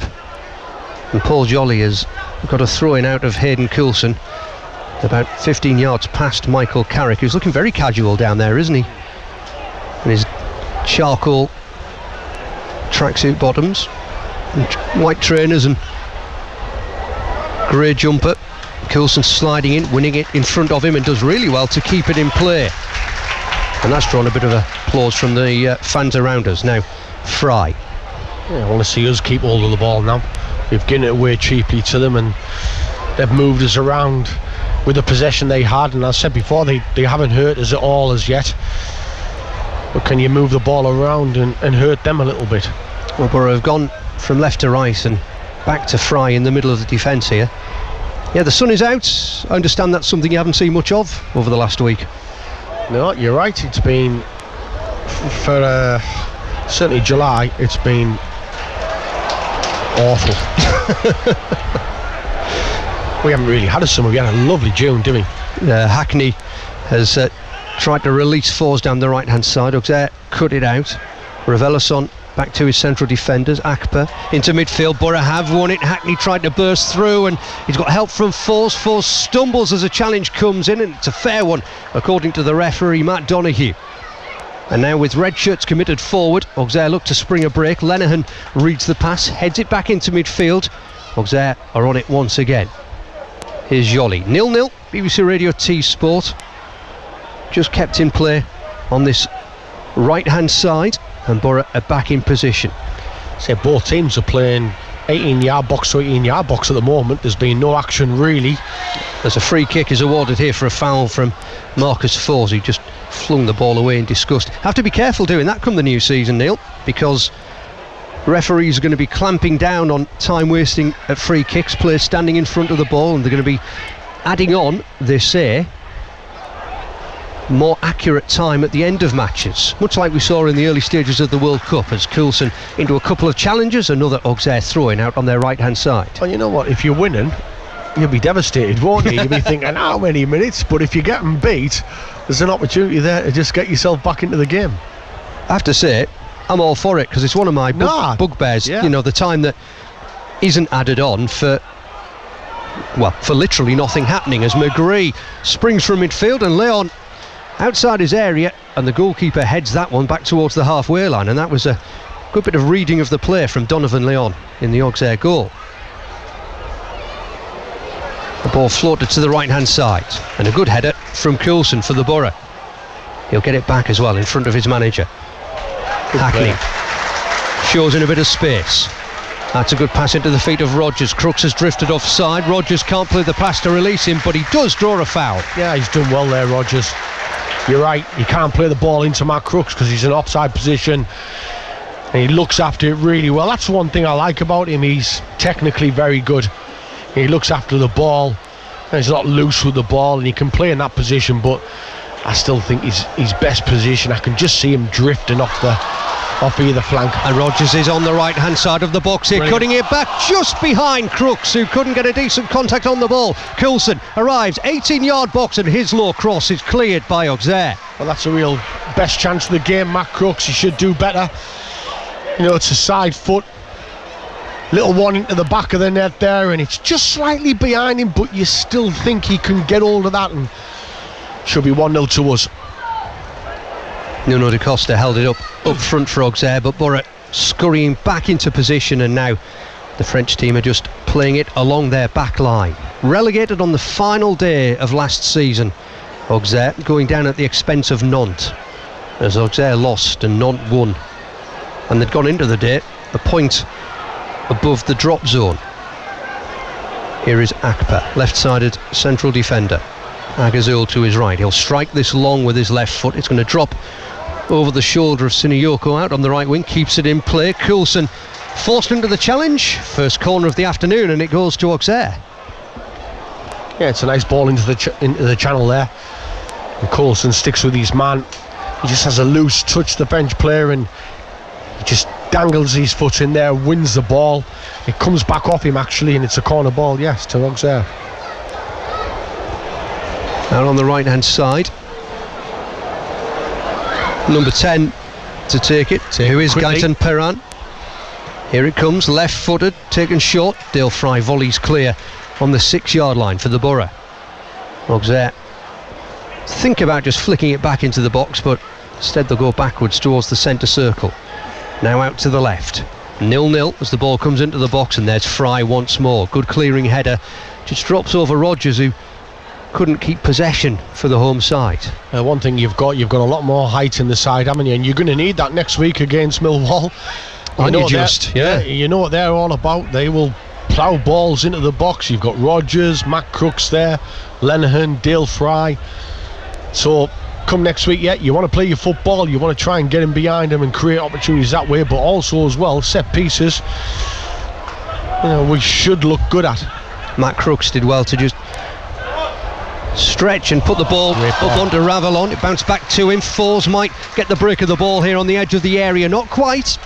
Auxerre keep it in play. Now Forss will pressure Mensah, who's found himself on the right hand side of the box. There's Crooks winning it in the area. Barlasser, a shimmy, and nearly a finish as the keeper Leon comes out, makes himself big, and blocks the shot with his left hand. Oh, he's kicking himself there, Dan Barlasser, because that should be another one in the back of the net. He just should put it the opposite side of the keeper. He makes himself big to that side, and the side which he goes to, his left-hand side. But it was a reverse pass, and he gets the ball. Matt Crooks does ever so well, pinches the ball in the penalty spot, in the penalty box, and I think it's Riley McGree plays the ball into Barlasser. He goes past the player. He's on the 6-yard line, isn't he? Should reverse that ball into the back of the net. There's 2 chances. He did the first bit beautifully, didn't he? Opening his body up, letting the ball run across him, and then it was there to be finished, and he couldn't put it into the net. So 0-0 it remains. 13 and a half minutes gone here on BBC Radio T Sport. This final pre-season friendly for the Borough, with Mark Drury and Neil Maddison, and Fry back to Senny Dieng, all in black. That goalkeeping strip that he's wearing today in the Borough goal. You know what? He's cool. He's composed with the ball at his feet. Really relaxed. I don't think he's not like Stefan for me. He's got a little more. He's a little bit more about him in terms of that passing ability. I was going to say there's relaxed and then there's Zach Stefan. Yeah. But Coulson, that passes behind Hackney, Auxerre even briefly win it back. McGree steps in. Now French possession again, the right back Joly, and now they'll go all the way back to Donovan Leon, who made that really good save 60 seconds or so ago. What do you think of the Championship? I mean, you know, when you go away for a week and you don't see anything and you come back, and Stoke have signed 9 players, I've noticed. Wesley the latest, who was Aston Villa's record signing once upon a time, and Ashley Fletcher gone to Sheffield Wednesday, if you remember him. As Joly, in a promising position down the right hand side, switches it big diagonal out to the left. Hine takes it down, taking on McNair, beats him but runs out of room, and that will be a Borough goal kick. The Championship is always tough, Mark, as you know, and teams are looking strong. Coventry will be strong. Sims up top, who's a real handful, but they've lost their main striker Jokeresh, but I thought they had defensively, they were solid. Midfield was very good as well, so I think they'll be strong. The teams that come down will always have that strength, because they've got the parachute payments, and they've spent well, brought some good players in. You've mentioned Stoke. It feels like Stoke sign double figures of players every season, though, don't they? Every summer. Yeah. There's Crooks. Took a bit of a chance in his own half. That early doors, hasn't he? Bounce of the ball was kind, though. Barlasser finds McNair, and now McNair, first time he's been able to travel with the ball down that right hand side, and he's into Auxerre's half. He'll get it back from Crooks. He'll think about the cross. Instead, patience being shown. A give and go, and now McNair forced to turn backwards. Crooks won't reach that one, as it just rolls across the pitch, and now Auxerre a break on the left hand side. They've got Da Costa up front to aim for. Instead it's behind him, out to Sinayoko on the right, takes it down. Coulson makes the challenge, and the linesman flags for a goal kick, and Sinayoko he kicks it off rolls at the sky in frustration. He thinks that should have been a corner. No, he kicks it off the French player there, and it goes out. It's good defending, because he's not heading it, Hayden Coulson. He lets the player touch it. It's a difficult one to take out the air, and he just goes in towards him, plays the ball off the player, and it is Sinayoko, and goes out for a goal kick to us. The Malian attacker Lassina Sinayoko. Here's Darragh Lenihan for Borough. Auxerre happy to just sit back there. Trying to set traps, aren't they, Phil? When the ball goes into certain areas, they'll try and spring, but they don't want to. They're not herring around and trying to close down the central defenders, are they? They're sitting in there. They're making it difficult. They've got a good shape. There's been times where they've pressed us and put us under pressure, and there's been times where they've just sat off, as they are now. But Borough playing it nicely through the middle of the pitch. Barlasser again, McNair, a chance to get forward. That passes towards Marcus Forbes, but well cut out by Gideon Mensah on that left hand side, the Ghanaian. Big switch on once more from Auxerre. Coulson, he's flinging that left leg about as he challenges Nuno Da Costa, and Da Costa has held him off and held him off and held him off, but eventually Coulson will reach his man and flings himself into the challenge, Neil. Hayden Coulson, he gets a few injuries, and you can see why, because he doesn't shake out of any challenge. When the ball's there to be won, he goes in wholeheartedly, and he really wants to win that ball. Just saw him rubbing his knee in the aftermath there. He did. He shook the kitchen sink, the worktop, and the cupboards at that one. And now he's chesting the ball down, and Joly, the right back, is backing off. Negri wider still on this left-hand side. 0-0. 19th minute of this final friendly of pre-season for Michael Carrick's Borough. Coulson and Hackney linking up, but Hackney's first touch invited the challenge, which arrived from Sinayoko. It breaks to the centre circle, and Fry as Auxerre back off yet further. Barlasser to McNair. I think, thanks to Rob, I've got all the right numbers in the right places now. As Coulson stretches and the ball just squirts under the studs of his left boot. Applause from the Borough fans, and Auxerre goal kick is the net result, 0-0. We stretch him. We get down this left-hand side. It's a lovely ball from Barlasser. It just squirms under his foot and goes out for a goal kick to Auxerre. Why is a goalkeeper wearing number 16? I mean, what's going on? The applause is for the emergence of a couple of Borough substitutes, Silvera and Belongo, just hopping up and down this left-hand side as Borough attack. The action's at the other end, and Hayden Coulson is jogging back to take a throw-in because Sinayoko had the ball played behind him. Christophe Pellissier is the man in charge of Auxerre, looking to get them back to the top flight. I mentioned Guy Roux earlier, the legendary coach throughout the second half of the 20th century. As Coulson pops that one back into the area, Fry lets it bounce, it sits up and he heads it back to Dieng. That was awkward to deal with. It was, yeah. I thought he was going to come and head it straight away, but he lets it bounce and decides to go back. It's actually quite cool and clever from Dale Fry, and he puts it back into his hand. It's sort of, you know what, the game itself, it's sort of you have it, we have it, you have it, we have it. It's just back off. It's very pre-season. Well, it is, but you have to say next week it won't be. No, I mean, it'll be. This bears absolutely. I confidently predict this bears absolutely no relation to what we'll see when Millwall come to town. You want to sort of stem a little bit more tempo to this game. You do that by creating opportunities like we've already done. We've created opportunities by closing them down, then making mistakes, and to be fair, you should be 2-0 up.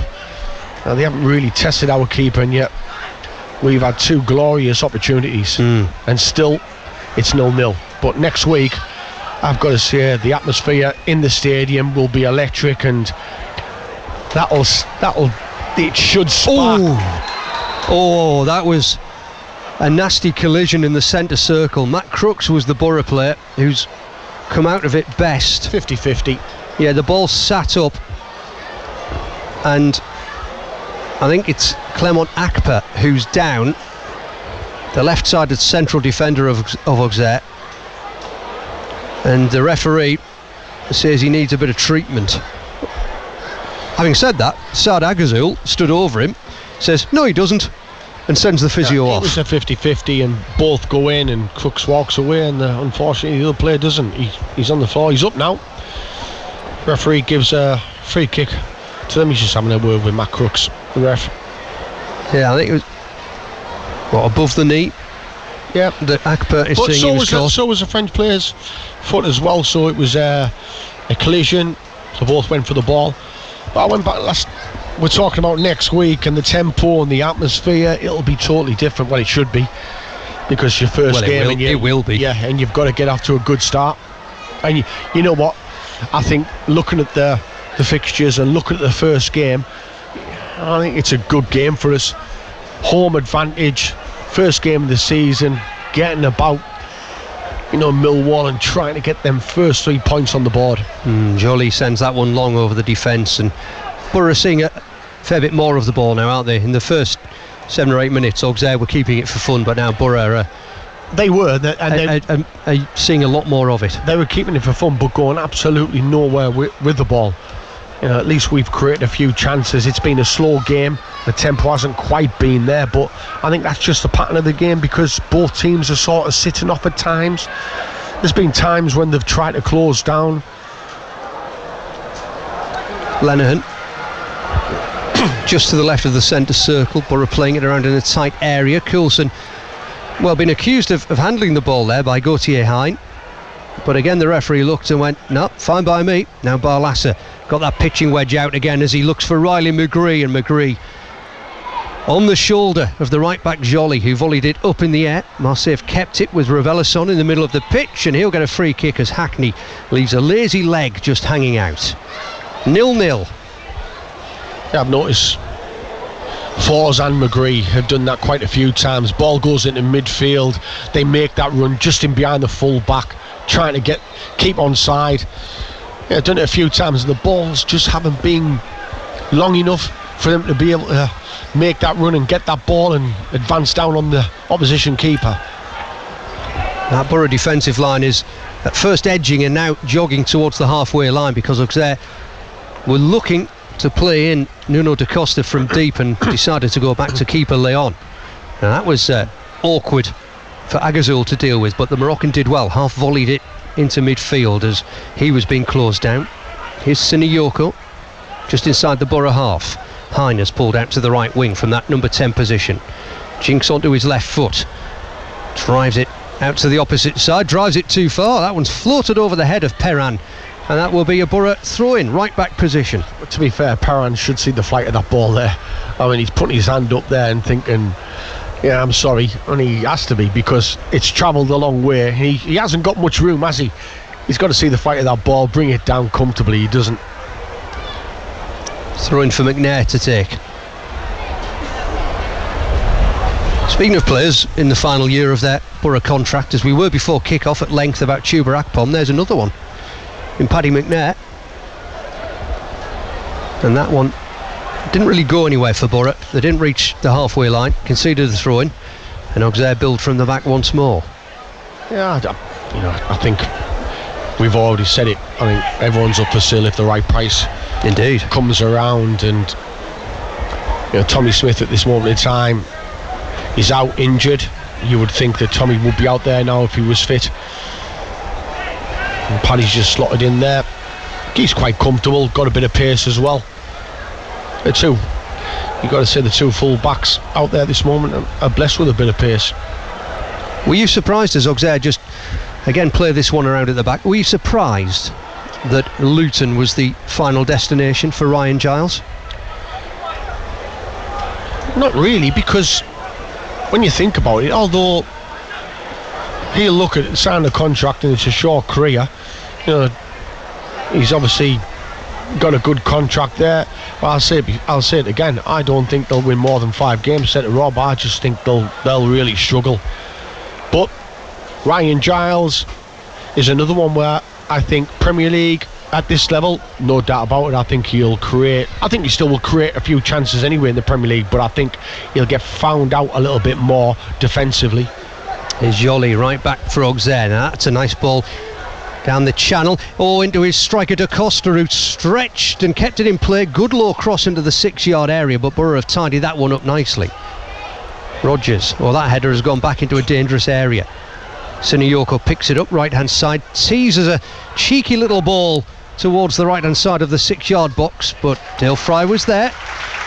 Borough play it short between Hackney and Lenihan, and then Coulson into the feet of McGree, and that's good control in a tight area in the middle of the pitch. It remains 0-0 as Forss saw the challenge coming of Mensah, stuck his backside in and went down and won a free kick. That's good composed play, isn't it? And that's what you expect from Michael Carrick's team. As they go long towards Rogers, and that one will just elude his grasp. Leon out on the edge of his area, rolling it out to his central defenders once more. We haven't quite had that joy. We've created chances through their mistakes when we pinched the ball back, but in our play we haven't had quite that joy where you're going through the ranks into midfield, into Rogers, and maybe he's a non-runner. It's just been nothing from the widths either, have we? Nothing. We normally have Giles, who was here last season. We've been talking about delivering pinpoint balls into Chuba. Hasn't been the case, and it won't be the case, because you're missing them players that we had last season. And as I said before, I think Giles, he'll get found out a little bit I think Luton will get found out anyway, as a whole, as a team. Here's Siniyoko. Blocked out on that right-hand side by Lenihan. The ball towards the D. McNair tried to pinch it away from Perran. Perran just span him. The ball out on the far side, and good covering play by Fours. It's an Auxerre throw-in, and it remains 0-0 as we approach the half-hour mark here at the Riverside. BBC Radio T Sport, Mark Drury and Neil Maddison will be here next weekend for the first match of the new season. That'll be interesting. Now, Michael Carrick's down there. He's always in that touchline, but he's just going to sit down and think, hang on, have a little chat. Yeah, we haven't had the ball as much. You know, they've kept the ball quite well. Yes, they haven't hurt us, but when we do get it, we haven't really hurt them. We've had them chances where we've created that through a press, and they've made mistakes. But if we're just thinking and talking, how can we maybe create a little bit more? How can we upset these a little bit? And looking towards Saturday as well against Millwall. I can imagine Gary Rowett watching the rerun of this game and going, well, I wouldn't do it like that. The Millwall manager. Here's Fours getting the ball from a McGree pass out on the right hand side. He could have had a run at the defender there, Mensah, but wants to keep possession by going backwards. You know, and we talked to me about, is this the side that is going to be playing against Millwall? And I just think if he is going to change anything, it will be out wide, and maybe he's a little bit of pace. Yeah, on the bench today, Sammy Silvera and Isaiah Jones, amongst others, for Borough. He would be the one I would think that would be thinking, yeah, I'm going to try him. Good play by us. Yeah, Dieng in the Borough goal, joining in with the interplay at the back. Auxerre was sniffing. Borough kept it safely away from them, and now space for McNair down that right-hand side. To Fours out on the right wing. Fours cutting in field, as we saw so often from him last season. McGree has found the space out on the right as well. Borough just trying to find an overlap on the left side of the French defence, but you've got past them, haven't you? You've bypassed that little press, and you've done it so well, and you get down the flank. And I mean, look where Dieng is now, Neil. He's 5 yards short of the centre circle, and Dale Fry's got the ball just in front of him, and he's not going back, is he? No, he's a sweeper. But what I was going to say there, it's sort of, you retract on yourself, you come back, because they've got back quickly, they've kept their shape, and then you're starting all over again. McGree again popping up as McNair puts the ball in. Oh, what a beautiful delivery, and a stretching Morgan Rogers couldn't quite reach it. Coulson keeps it in play with a good tackle out on the left hand side. Crooks, a hand on the back of Siniyoko, and an Auxerre free kick in their area. Really good play down the right hand side. Paddy McNair puts a lovely ball into the box, and you see Rogers there stretching his left foot out, trying to connect with it in the 6 yard box, and unfortunately it just goes past him. Do you think he is a striker? No, Morgan Rogers? No, I think he's been asked to play there, but I can see him playing what McGree does for us. He's a clever player, Mark. Speaking of McGree, he's just won a throw in there, because in making the tackle, he knocked the ball out off the shin of Joly, and this one is in front of the Auxerre bench, the Borough left. He's a good size, he can look after that ball, you can see technically, as I said, he's as he clever. Does there, and wins a free kick. And he sees a pass, he's quite clever around, and I can see him... Oh, and a yellow card for Lassina Siniyoko. I can see him coming on to play, instead of like the ball up to him, I can see him getting behind, but as I said, at this moment in time, you haven't got that centre forward that can do that role, and at this moment he's that person that is being selected by the manager to do it. Christophe Pellissier has arrived on the edge of the pitch there, the Auxerre coach, and he's inquiring of the officials as to why that was strictly necessary, the yellow card. Borough's free kick taken short. Lovely bit of skill in the centre circle from Barlasser, and a through ball that hits the heels of Rogers, and Auxerre clear it away. 0-0 it remains then. 13 minutes to the break here at the Riverside. Only the West stand open to supporters this afternoon, but this will be a very different place and a different atmosphere come a week today, and Millwall and the Championship, as Barlasser finds the feet of Rogers, who turned it on first time to the halfway line of McGree. He's gone backwards, and Darragh Lenihan. Be interested to know, Neil, just how far away from fitness Tuber Akpom and Johnny Howson are. Yeah, it will be. And they're vital, but I said to Rob last week, missing pre-season is huge. It has an effect. Senny Dieng. Yeah, he's just a sweeper, isn't he? Yeah, Senny Dieng there. Much like when a kid decides to send the goalkeeper forward on FIFA or Pro Evo, it looked like he was going to go on a run down the middle of the pitch there, didn't he? But eventually checked out, and Borough went for a more conventional long pass forward, which Auxerre have read well. Yeah. Did you ever miss a full pre-season in your 20-year professional career, or were you always okay? No, I did. I missed a full pre-season at Darlington when I first signed. I had a double hernia. Missed the pre-season, and it affects you massively. You just... How so? What's it? Because, but when you come back, you'll be fit, obviously. But what is missing? But you're not fit. You're not match fit. You haven't done any pre-season games. You haven't done that sharpness. You haven't done the build-up the games. It's been by yourself, plodding along. Well, that's lovely between Rodgers and Hackney in the centre circle, and the Hackney pass towards Coulson's is cut out, and then Hackney throws himself into a challenge there on Ravelisson, and he's got to be careful. And there you go, a yellow card for Hayden Hackney.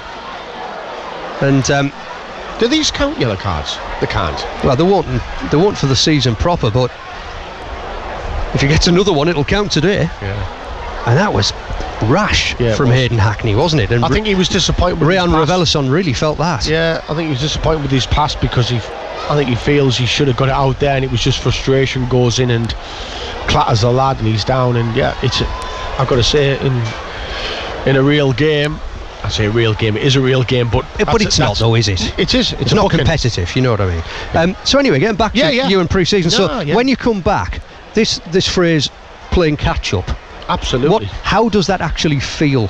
What is missing? Sharpness, fitness, match fitness.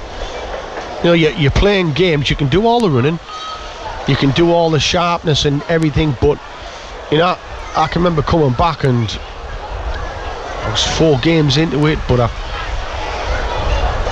was way behind on everything, sharpness, fitness, and it affected me. I had a poor season the first season, and then the second season I could have gone to Dallas. I could see you in a 10-gallon hat. Yeah, I could. I had a chance to go to Dallas, and I turned it down. I thought, not a chance. I have to, I'm playing for the Old Town Club. I have to prove anyway. I got myself absolutely as fit as I could be, and worked hard, and had a full pre-season where I was pretty much fit. Oh, you could have been you could have been the G.R. Ewing of BBC Radio T Sport. It was. Can you remember Colin Clark? Colin Clark, Irish centre forward. Yes. Colin was out there. He was director of football. I think it was Dallas Fusions. They were called Fusion. Dallas Fusion. Yeah. Something like that. Come over, and I was going to do it, and then I decided not. I just felt I couldn't walk away from Darlow, and anyway, I was there 12 years at Darlow, and I absolutely loved my time there. If it hadn't been your hometown club, would you have been out there? Possibly. In oil country? Yeah, possibly. Possibly. Yeah, I possibly would have done that, because it appealed to me. I talked to the lads. I was talking to Rob earlier on, and 2 lads are off to America at the end of this month, and it's something that would appeal to me, definitely. Going out there, experience it.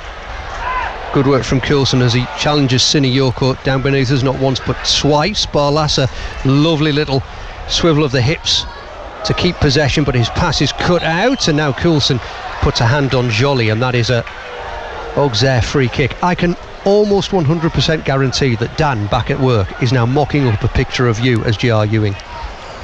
I mean, he'll also be searching. He'll be googling. He'll be googling what Dallas is. You just told him now, so Dan, if you're listening, don't be silly. He will have to He will have to Google what Dallas is, because he won't have a clue. No. I'm just letting you know, Dan. Do not be silly. The choice is yours, Dan. Choose wisely. Hidden Coulson again in the thick of the action. This time with a challenge on Hine. It's gone sloppy, the game, hasn't it? It has. Well, there's no happening, really, is there? As Borough go back to Senny Dieng. Dieng with 2 white shirts around him, and he remains cool and picks a lovely pass out to his left back, Coulson. Now McGree. deep in his own half. Rodgers protects the ball well. Borough going backwards, have lost it. De Costa driving into the area. Challenge goes down as he looks to pull the trigger, and Auxerre have a penalty. Yeah, it is. For me, it's a penalty. I think it's Darrell Lenihan. We get caught. Hackney was the man who slid in. Hackney, who's already been yellow carded, by the way. Was it? I thought it was Darrell Lenihan who slid in. Well, Hackney was the man on the deck who's just got up and he's looking at De Costa. Yeah, it's poor play from us. You know, it's a little bit. You're looking at it, and the triangle looks really good, and it looks like we're getting out of it. And then I think it's Dan Barlas who just loses that ball. The lad runs into the box and a little bit of pace and power. Tackle comes in, and my first instincts, it's a pen. And now Senny Dieng will try to keep this game goalless with 6 minutes to go until half time. Hackney stood on the D, watching on, hoping his goalkeeper can help him out here. Whistle blown. Here comes the penalty, and it is well struck, really calmly, and into the bottom left corner. And I think it's Perran who took that one away. Auxerre 1, the Borough 0, with 6 minutes to go until the break.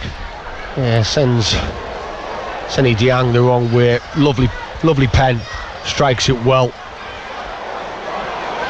But we were saying the game's sort of drifted away a little bit. There's no tempo to it at all, is it? It's. I mean, we've talked. We're talking here. This is a typical pre-season game. The other week, and this is. It just feels this like is as pre-season as it gets. Yeah, it is. Yeah. Back underway then.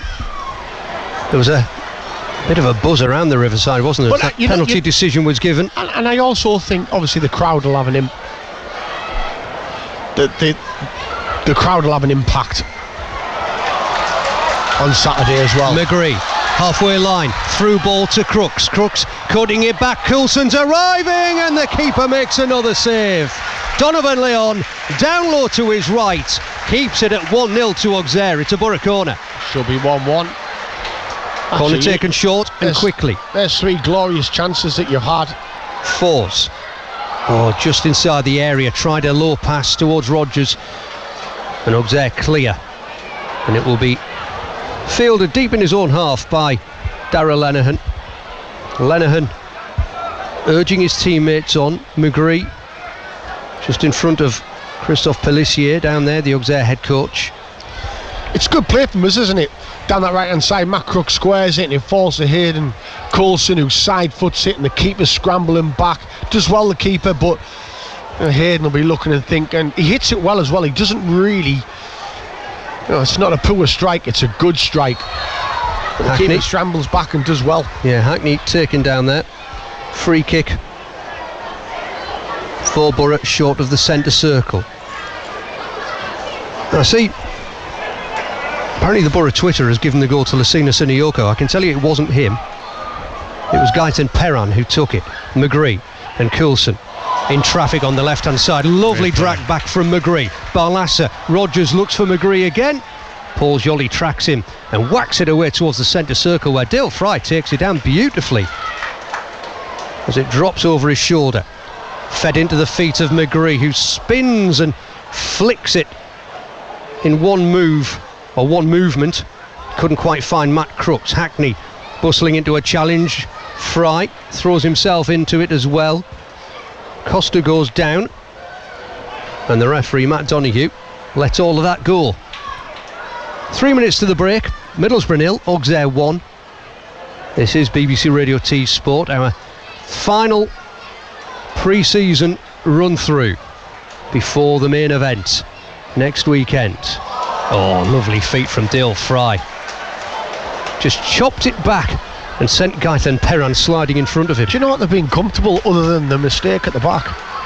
They haven't really threatened us, have they? And they get that pen.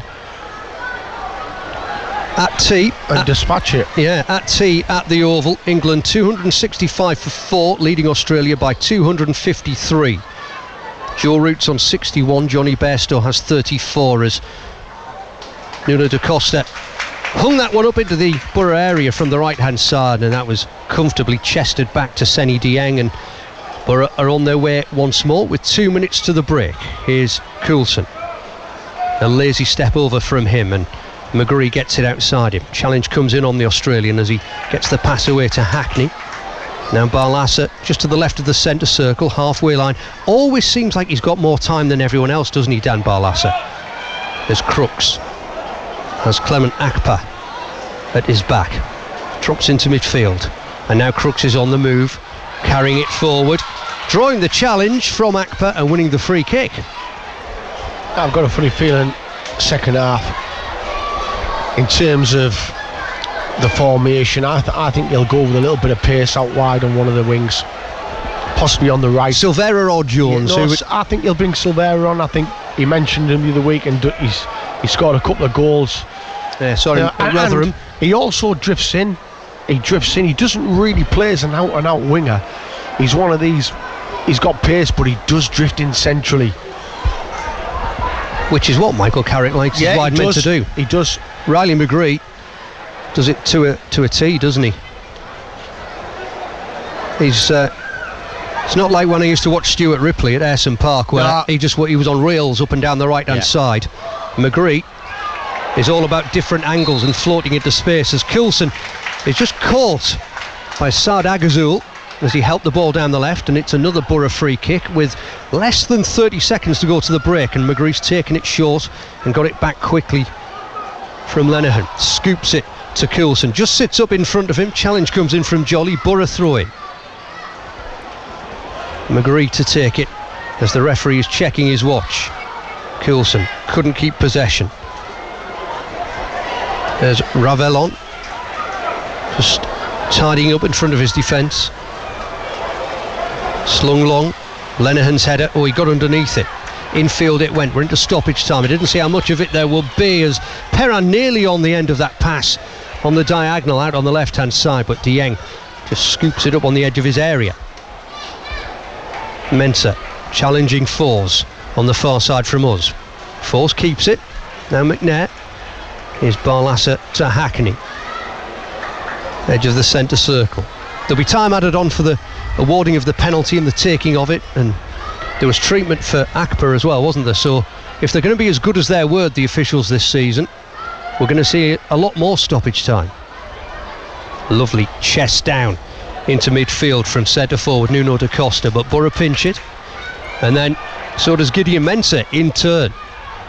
Bright sunshine returns to the Riverside as the Ghanaian crosses halfway, chops back, and Neil Maddison takes a swig of juice just to my left, as Auxerre are happy to keep it here, aren't they? Owusu, the captain, dropping in between his centre-backs. They played 3 at the back last season, Auxerre. Obviously didn't go very well, so they've switched to 4 this time around. Michael Carrick's got his hands in his pockets down there, waiting for the whistle, waiting to get his side in, and possibly, as Neil Maddison suggests, possibly making a change as Siniyoko overruns it, and that will be a Borough throw-in just short of their bench. We've played more than 90 seconds of stoppage time here. McGree back to Barlaser.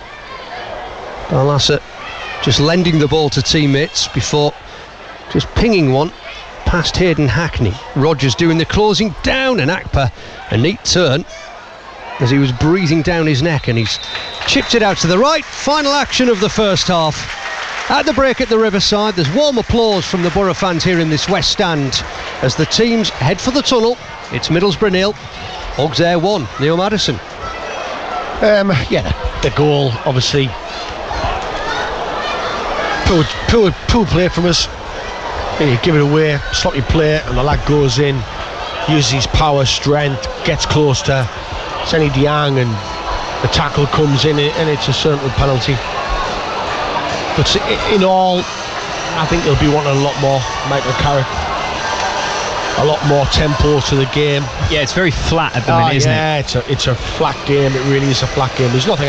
As I said next week, the tempo should be sky high because the fans will generate that as well. It's the first home game of the season, first of the campaign.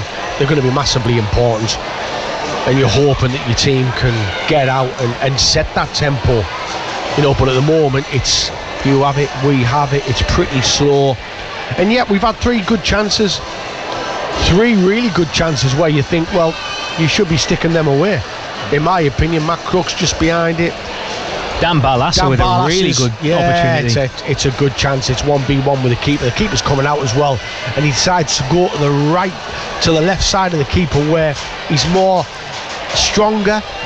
He's going off balance. He's leaning that way. He should possibly pull it across, but he's in that position. You can't. Good players stick that in the back of the net. I'm not saying he's not a good player, by the way. He's a really good player passing wise, but for me it's been too slow, too predictable, and no real tempo. It's been Mark said it's been a typical pre-season game. Next week, as I said, it's got to be different, and I'm certain it will. But I think looking at the formation, looking at the personnel, and I think you'll have a little tinker, especially the wide. I don't think he'll change McGree. I think if it's going to be anyone, I think it possibly might be Fours. Fours gives you that hard work going up and down. But today they've sat off Auxerre and they've sat at the back, and they've made it difficult for us. They haven't really pressed us only at times. But it's a slow game, is it? It is indeed. I think coffee's needed all round in the press box for the second half.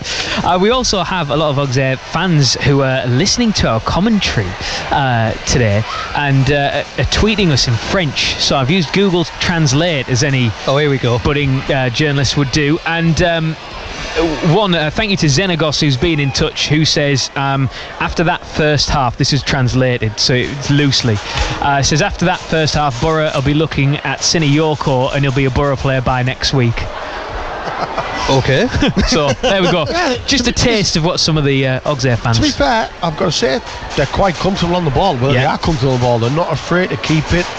Early on, especially, I thought they looked after it. They didn't really get in behind us, and they didn't hurt us. But in terms of looking after the ball and moving the opposition, they did that, and their chances come from poor play from us. Yeah, got away, and the big lad, I'm not sure who his name was, who got fouled. Forward, Da Costa, powerful, gets into the box, and he's on one-on-one with the keeper, but he's got 2 better players around him.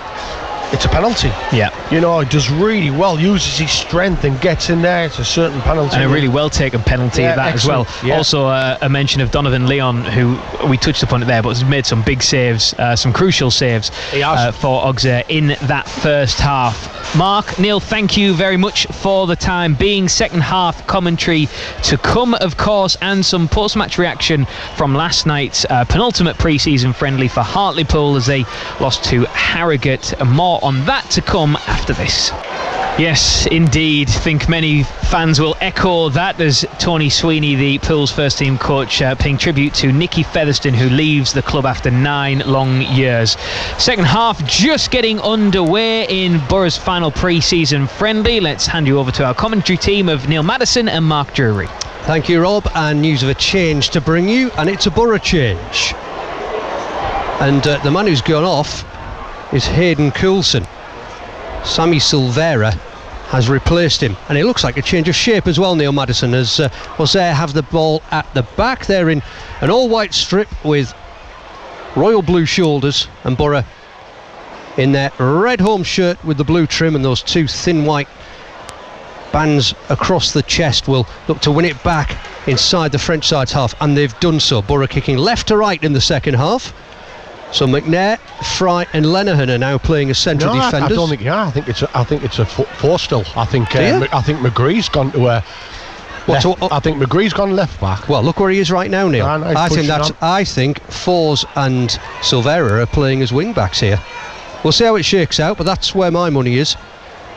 I'll run through the lineups in just a moment as Silvera, the substitute, gets it. for the first time on the left wing, and his pass in the direction of his compatriot McGree is cut out. Barlasser steps in, left side of the centre circle, and Borough have the ball back. So Seny Dieng in goal, Fry, Lenihan and McNair are the central defenders. Silvera and Fours at wing back, McGree, Hackney, Barlasser in midfield, Crooks just off the shoulder of Rodgers up front. Silvera comes in field, slips the ball between central defenders and doesn't find a teammate. It's the goalkeeper Donovan Leon who picks it up. Matt Crooks and Rodgers just make the same run, and he plays the ball central and bypasses them both, and he goes into the keeper. But yeah, you're right, I think it's 3 at the back now. And could this be something we see more of come the new season?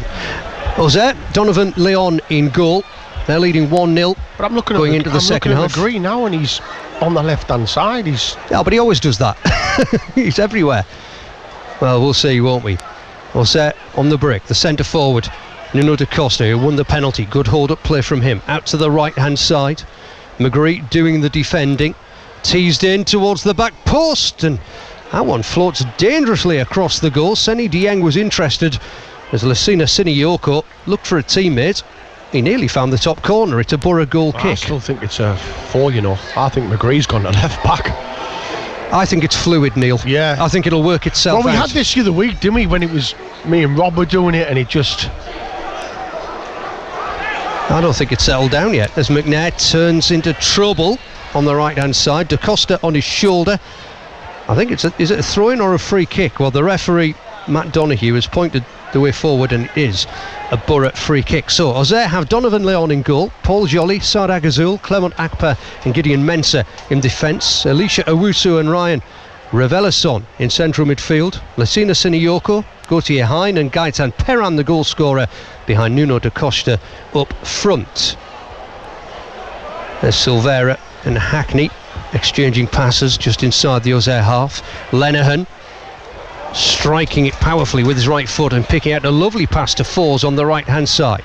Tries to take on the left back, who makes a good block. Mensah.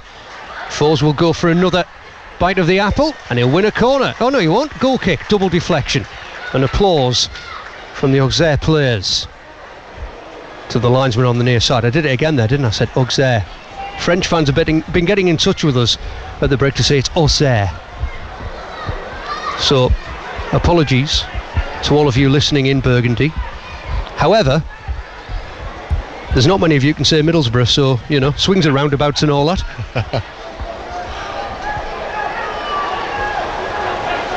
Here is Leon from French Guiana in the goal. He'll just play a short pass to Saad Agazul.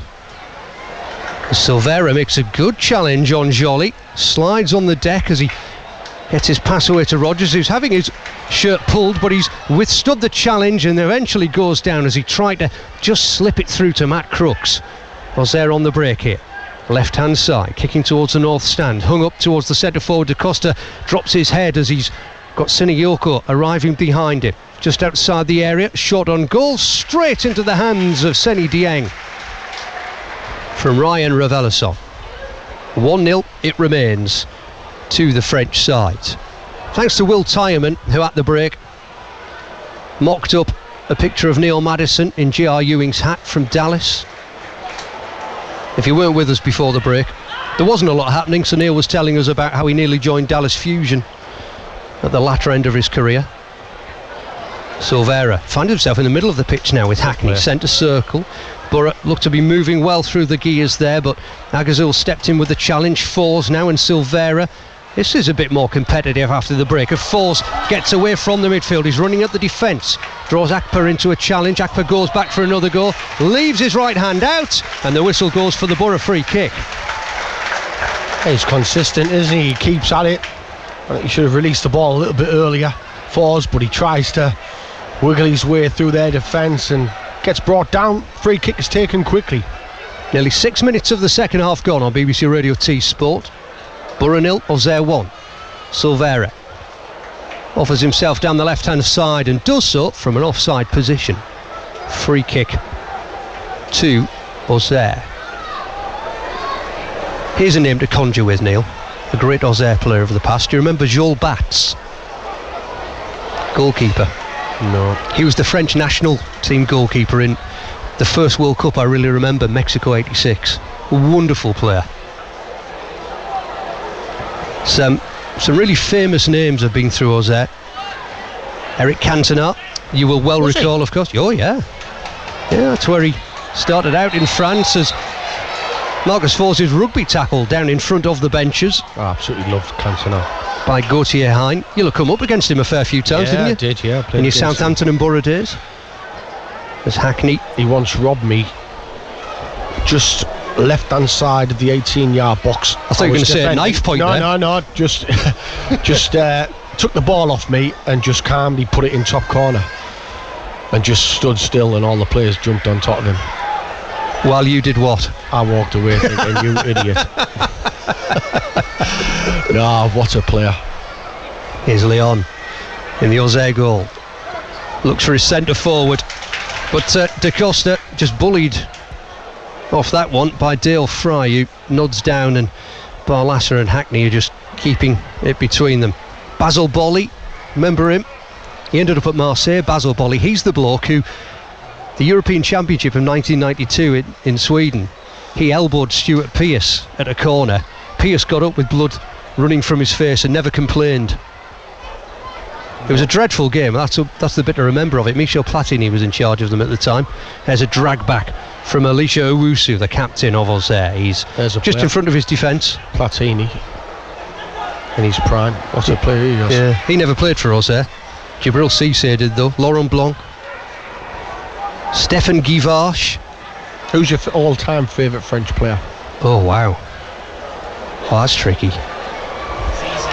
That is tricky. Easy, says Rob Law. Go on then. Mine's easy. Go on. Got to be Zidane, hasn't it? Oh, all day long. It doesn't have to be. Mine is. Well, 2 votes for Zinedine Zidane. Yeah, mine here is. On the BBC Radio T Sport team. There's Auxerre comfortably in possession with a 1-0 lead. Halfway line, it's Owusu once again. And now the left-sided central defender, Clement Akpa. It's definitely a 4, and McGree certainly play at left back. Yeah, it's something that... You're right. You know, I hope Hayden Coulson's okay. It might have been through that tackle when he went in hard, but he'll be a miss because you've got Brian Belongo who can play there. I did have a fondness for Thierry Henry.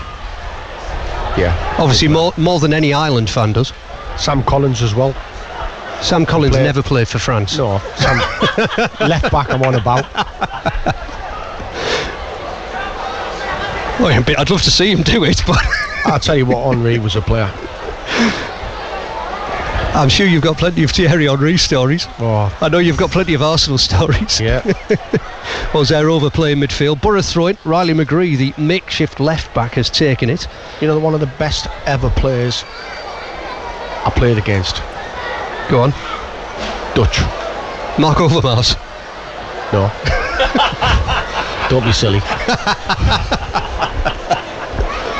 Oh, come on, you offered it up. Can you guess? Oh, Dennis Bergkamp. Oh, yeah. Oh, my word. He was just ridiculous. Matt Crooks. Lovely first touch from him, just in front of the Borough head coach Michael Carrick. He's going for a return ball from Hackney, and he's left the shouldering on Akpa, who's on the deck, and the referee will let play go, but I think it's just gone out of play. Uses his strength, to be fair. Auxerre throwing. Shoulder to shoulder. Or is it a Borough throwing? It's a Borough throwing. It must have come off Akpa last. Borough 0, Auxerre 1. 10 minutes of the second half gone.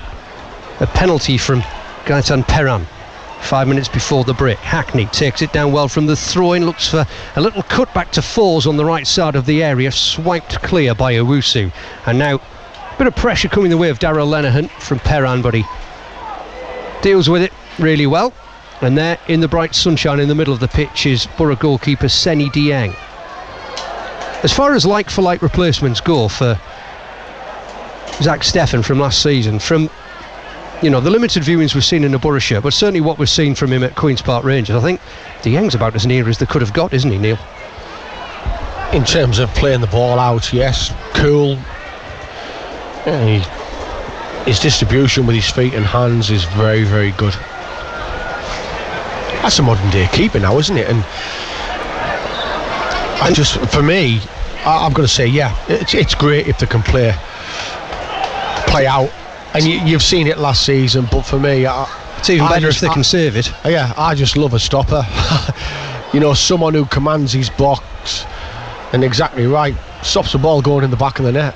Silvera loses possession on halfway. Fry goes across, and he was caught on the left ankle by Da Costa, and that is going to be a throw-in to Auxerre. Fry is up without the need for treatment, and he's just half hobbling, half jogging back into position. Yeah, I can see Van der Berg warming up down there, and you could actually put Van der Berg down at right back and push Paddy McNair over to the left hand side. Yeah, he's got pace, he's basically 2-footed Paddy. He can swing that left foot. And then free Riley further up the pitch. But yeah, they've gone for Riley, just sat in there at left back. Hackney makes a good challenge in the middle of the pitch, but Hine holds him off. Diminutive figure in there, Gauthier Hine. He's playing the number 10 position. Auxerre in that 4-2-3-1, and a little clip of the ankle there of Gideon Mensah from Marcus Fours, and that's an Auxerre free kick. He's been busy, Hine, to be fair. Gauthier Hine, he's just nice and good quality on the ball, keeps it simple, picks up good positions and tries to upset the opposition. Do you remember well, we mentioned Jabril Cissé earlier. Oh, hold on, Borough have got the ball in a promising position here. Silvera making the run. Rodgers couldn't quite find him with the pass, but McGree has won it back quickly just outside the area, left hand side.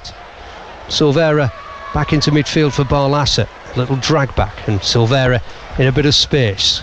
Game drops down to walking pace again, doesn't it? There's just little bursts of energy from both teams as McGree has made his way up the pitch to get on the end of that pass from Barlaser. Back down the left hand side, Silvera. That's a nice ball. Oh, he went for the return. He'll get it back to Hackney. He's offside now. The ball played behind him to McGree. McGree low to Rodgers. Oh, misses it on the penalty spot. Falls behind him. Shot blocked. Rodgers blazes over the bar. Well, there's another chance. It's a great chance as well, because it comes in on his right foot, and if you connect the pace of the ball, the power will it'll generate that power, and he just gets it wrong, doesn't he? And here comes Van der Berg, yeah. I think, yeah. It wouldn't surprise me if Paddy does go to the left hand side. Auxerre playing the goal kick short, back to Leon, who took possession almost on the goal line. It's still Middlesbrough 0, Auxerre 1. This final friendly of pre-season on BBC Radio T Sport. Fours tries to get away from the challenge of Mensah out on the right hand side, got his cross in, went to ground as he did so, and again the referee waves play on as Auxerre roll it out to the right. So who does he bring off in terms of the I think Paddy left hand side, Van der Berg right hand side. I'd put McGree in behind. Remember though, Dale Fry was caught moments ago, so if he's at all worried about if he thinks he's carrying a knock, he could put Van der Berg in the middle as well, couldn't he? Well, if someone's with a knock, yeah, absolutely. You don't risk anything in this game. You know, the numbers are pretty low in terms of senior, and your two best centre halves out there now. Well, Rad van der Berg will be looking to prove himself one of the best centre backs, won't he, as the season goes on? Yeah, guaranteed. But if there's no one, well, good ball. Auxerre left hand side, cross towards the back post and beyond it from Revelison. Kept in play out on the Auxerre right. Here is Hine, the busy little number 10. Low cross, there's a stretch and a diversion past his own post by Fry for an Auxerre corner. Yeah, but if there's no one injured, does he play Riley in behind the centre forward? Cooksey possibly make him way. Well, Auxerre are going to make a change first by the look of it. Two number 5s down there waiting to come on, and the Auxerre number 5 is Theo Pellenard. Yeah, Dale is coming off. Yeah, and for Borough, Dale Fry comes off and Rav van der Berg goes on. So who's coming off for Auxerre, it is Clement Akper. So Akper off, Pellenaar on, and for Borough, Fry makes way for Vandenberg.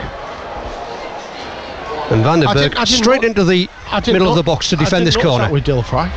Well, just when he was caught on the far side. Remember, he got a pass away when he was caught and no free kick was given. And I just wonder if he's feeling it, that challenge on the ankle. You don't risk anything. A week before. Corner taken short out on the right. It's a 2-on-1. Pellenaar to step over. Edge of the area. Shot blazed over the bar from Elisha Owusu. And it remains 1-0 to Auxerre. Yeah, good play. Good corner. Quick thinking. Drags the ball back.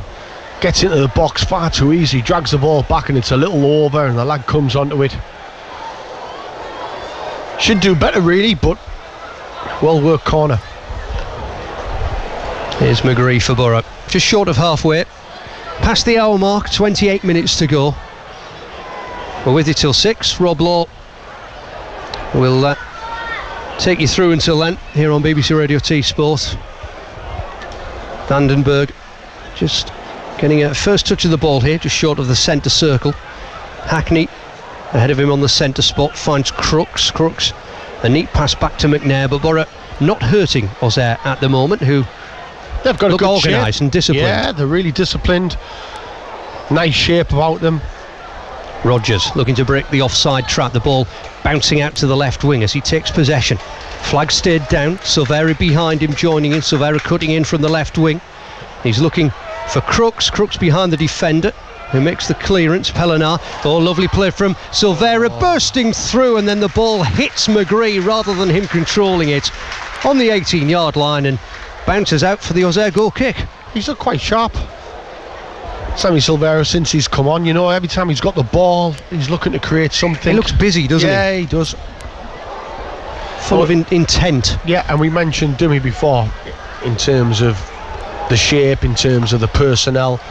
Will it change? And I said, I just feel something out wide, a little bit of pace, because technically he's all right and he doesn't really sit out there. He likes to drift in. Here's Mensah for Auxerre. The Ghanaian left back. He's got bleached blonde dreadlocks bouncing around in a ponytail as the ball is played across the defence from left to right. Isaiah Jones, was that down there? Coming out for a warm-up? You know what? I forgot Pierro's on the bench. No, Pierro's oh yes, Martin Pierro's down there as well. Martin Pierro. And the Borough fans in this West Stand are applauding as the pair go through their little warm-ups. Auxerre keeping the ball comfortably once again. We saw periods of this in the first half, didn't we, from the French side? You know, Pierro, off a striker, beginning of the season.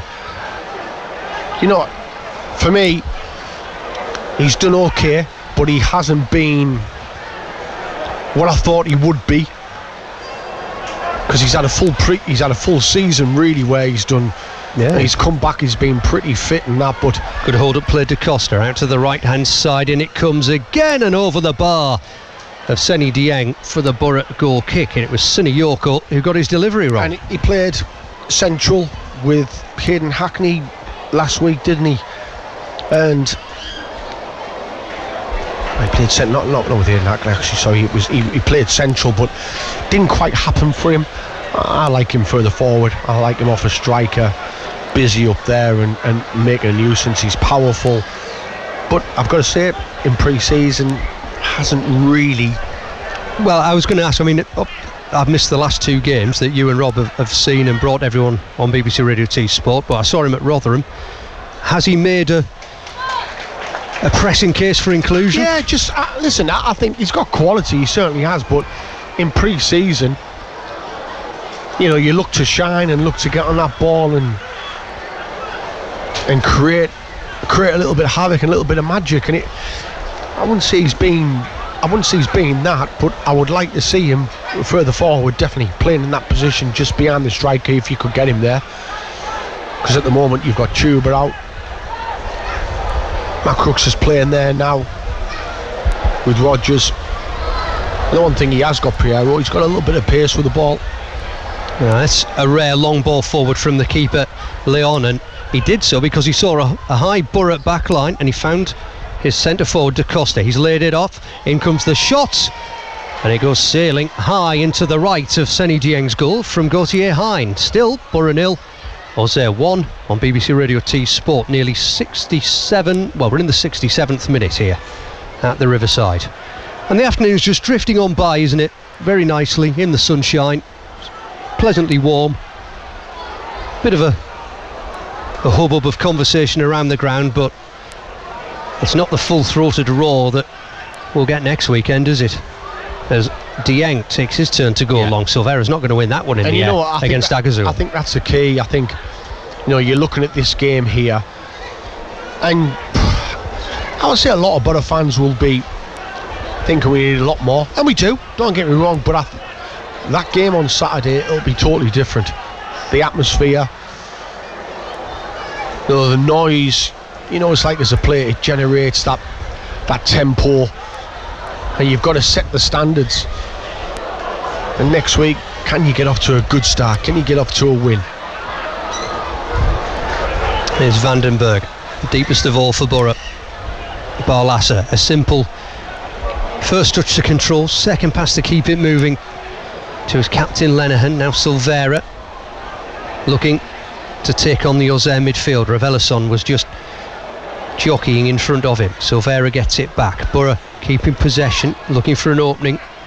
Plays spread towards Fours by Barlasser. Good header down by Mensah. Auxerre under pressure in their own box here. They will clear it, and they'll clear it well. Yeah, cool. Owusu out on the left wing.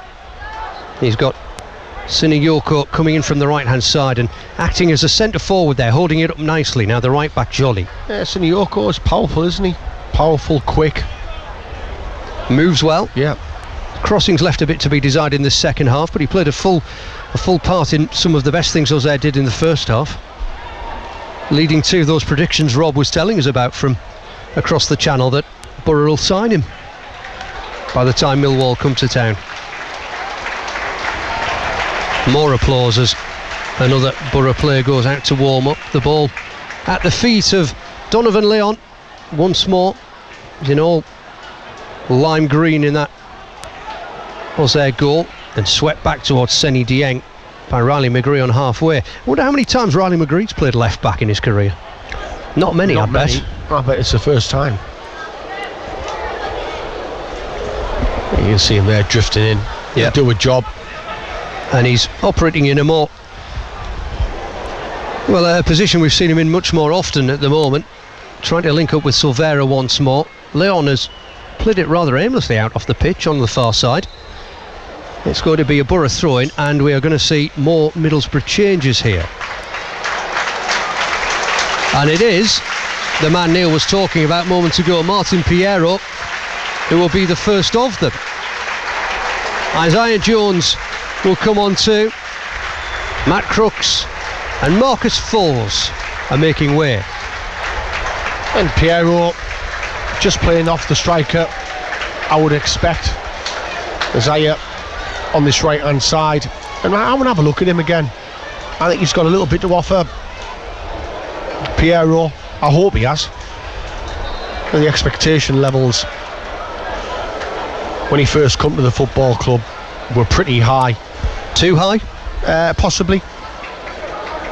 Yeah, he's gone back to Boca, and I've said before, I watched quite a lot of his games, and he's a tough lad, gets about the place, but he has, as I said before, he hasn't really set in a light in pre-season, but I'd like to see him given a chance, I would. McGree chasing deep into the Auxerre half as he puts the pressure on Siniyoko. I think especially when Tube is out. There is Piero making a challenge in the middle of the pitch. Auxerre, so proficient on the ball though, aren't they? They can withstand the challenges, and they've kept possession again. And this is a big game for him, because if you're a player and you've just come on and you've watched this game, and I won't say anyone's lit it up, I think this has been an opportunity for him. Well, you've got 20 minutes to go. Come on and make something happen. Yeah, make something happen, get about the place and give him the ball as much as you can. I will be wanting that ball constantly and see what he can do. Well, he's not had a sniff of possession yet, as Pellenar goes back to his keeper once more.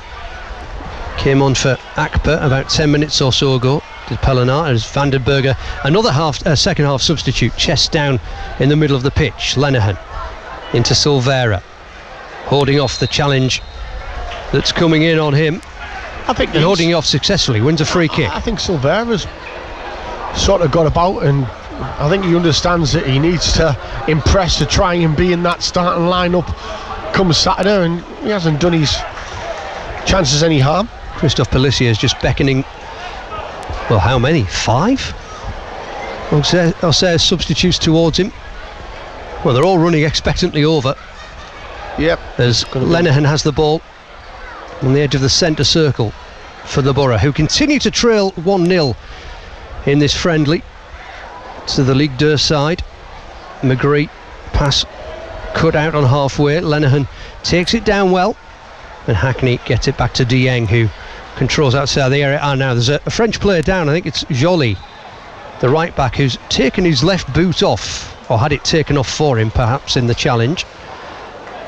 And our referee Matt Donoghue has blown his whistle to give him chance to put it back on. It'll also give a chance to Christophe Pellissier to make some changes. It's the number 8 Kiala who's coming. Oh, hang on, how many are these now? I've got the binoculars out and people keep arriving. So Kiala, Danois, Mercier, and I'm sure there was another one, but I've lost him. Oh, he's bent over. Camera, the 28 are coming on. So Christophe Pellissier is giving some game time and perhaps a bit of a rest to, amongst others, Nuno da Costa, the centre forward. I think that's Hine who's coming off as well. In midfield, the captain Owusu makes way. And the man who lost his boot, Paul Joly. So 4 changes made by Christophe Pellissier as Auxerre have a 1-0 lead to protect with 16.5 minutes to go. At this point, Neil, with Michael Carrick, you know, if it put you in his shoes, what are you actually gaining from this usefully? Because the tempo is non-existent, isn't it, right now? You know, if it had been Real Betis, you know, they walked away from here thinking, right, we're bang on it. But it's not. And it's been, I think he'd be slightly disappointed, maybe. I know you're trying to get... He won't say so, will he? No. I just think it's one of them where he's got a few injuries. You have to stick by the players and try and put out a side that are going to create opportunities, that are going to, you know, give the opposition things to think about. Lennon looks for help out on the left hand side, but they just skipped off the chest of Piero and out of play for an Auxerre throw-in. Yeah, so I think he'll be going back to his office and speaking to the coaches and think, what do we start with? You know, what formation do we start with? Who do we start with in that formation? I think we know the formation. I was just going to say, do you think the formation is really in any doubt? No, the formation is it'll be what we know, but it's the personnel. And as I said before, Piero's there. He's got an opportunity. I think Sammy Silvera on that left hand side is doing himself no harm. I think he's shown glimpses of what he's capable of doing. Here's Jones. Oh, lovely little drag back and nutmeg to find Rodgers out on that right hand side. Rodgers being pulled back, and that's a Borough free kick inside right channel. And if they fancy it, a crossing position, but the way they're lining up, they're going to take it short and quickly. Rodgers back to Jones. McNair playing it right back this afternoon in support. Barlasser looking for movement ahead of him. Jones comes in off the wing to provide it. A block challenge from Rodgers. The ball stands up in the air and McNair is on to it. But we're looking to inject a bit of pace into the game here. Yeah, a bit of tempo. Oh, and Jones off target with the return ball. Barlasser looked for the 1-2 and Jones just fired it past him. Goal kick to Auxerre. 14 minutes to go. They lead 1-0. I just looked at Neil Maddison who looked at me, puffed his cheeks out and shook his head. As in, what do you want me to say? How very pre-season, Neil. Thank you. Auxerre have it on the halfway line, and now they go back into central defence to Mensah at left back, just into the Borough half. Christophe Pélissier down there has had he's had that same expression all the way through the game, hasn't he? Arms folded across his chest, chin perched on I think the fingers of one hand. I think he'll come away with thinking, so far done all right possession wise. I think they've looked after the ball. We've created chances against them, by the way, but as yet we haven't put the ball in the back of the net, and that's something that he'll be, pleased with. We're looking for Rodgers. Bit of broken play. Rodgers takes it down on his thigh and doesn't see the challenge coming in from Agazoul, who is rolling around in the Auxerre box, but the way has been pointed for a Borough corner. Jones, former Borough midfielder Neil Maddison. Hackney links up with McNair, and that will be a goal kick as it bounced back off Hackney from the block of Pellenard. Yeah, so you'll be thinking, and also as well, I think sometimes when you come away from home, you have to have a really nice shape about you, and they've certainly had that. I think defensively they've coped quite well with us. As Barlassa put the pressure on and couldn't win the ball. Now Dieng way outside his box and needed to be as well. Yeah. He needed to be, because the striker Mercier was bearing down on the ball. It's a beautiful ball, and he just needed away from trouble. It was a beautiful ball, wasn't it? Outside of the foot. Vandenberg for Borough. So McNair rolls it into the path of Rodgers. Rodgers on the shoulder of the defender, who stood up well, stood up strongly. Help arrives from Piero, and Borough with a throw-in. It's trickled out of play near the corner flag, and Auxerre let it run out thinking it was going to be their throw. 1-0 the scoreline to the French side. The sun continues to illuminate the Eston Hills as McNair takes the throw-in, which finds its way to Piero, looking for space on the goal line. Can't find a crossing position. Back to Jones, tightly policed. McNair, first touch left him in a bit of trouble. A stumble has protected the ball. Barlassa gets Borough into a bit of space in the centre circle with Lenihan. Silvera wants it to his left. He'll get it now, but it was slightly behind him. So pressure comes on, pressure that pays off, and Auxerre on the break here. Lenihan looking left, then right, trying to get back into position to block the way to goal. The ball was played short and offside as it ricochets back up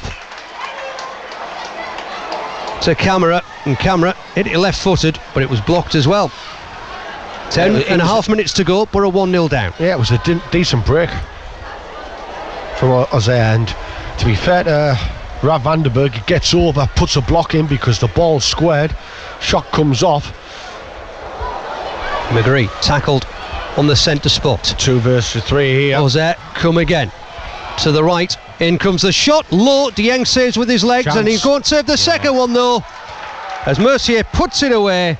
It was Sinayoko with the first shot, but it ricocheted perfectly to the substitute, and Nicolas Mercier makes it 2-0 to Auxerre. Yeah, it was a breakaway. 3 versus 2 for Auxerre. The first shot comes in. Seny Dieng does really well, but it ricochets back to the man, and he just squares it, and it's a simple tap in for them. 2-0 to them. And that's the cue for a good number of Borough fans to head for home. 9.5 minutes to go. Borough trailing 2-0, and at the moment it's not the appetizer for the championship that we would have liked, but still, when it's all said and done, Neil, pre-season means nought. It's how you play when the real thing comes along. Means absolutely nothing. It's next Saturday that counts. That's what counts, but you've got to have a bit about you for next Saturday. You've got to perform, be switched on, and you've got to have that tempo to go and beat the opposition. And Silvera withstands a challenge from the restart out on the left wing and wins a throw in the process. but you commentate on what you see. It's pre-season game and you've got to do that, and I've got to say it hasn't been the greatest of games for us. It hasn't. And Auxerre looking to make further hay through the middle of the pitch here before McNair steps in and makes a timely interception. So Borough fans, I'm sure, will have their thoughts on this and what it means for the season to come as the wind starts to whip around the riverside. The lone seagull swooping in to take a look at the action. You can get in touch with us. Rob is looking at the laptop in front of him for the tweets at BBCT Sport. The texts 81333 is that number. Got to start your message with the word tease as Jones plays a 1-2 down the right hand side. It might bounce his way again. He's going to have to show good pace to keep it in play, which he does near the corner flag and wins a throw in. 0800321 333 is the WhatsApp number, and again start your message with the word tease. Rob's nodding at me because I've got that right off the top of my head and I feel very, very proud of myself. As McNair gets help from Barlasser as the throw-in is taken short. White shirts all around Jones as he keeps it alive. McNair looks at see the linesman there, Neil. He was a yard away from the challenge, and he didn't look at McNair or the ball. He looked at the referee who was miles away and waited for him to decide. Auxerre throw-in, left back position. Some things haven't changed. Here is Mensah, the left back. He's heading back towards his own box here before getting it away to Pellinar, who's taken the captain's armband since the departure of Owusu.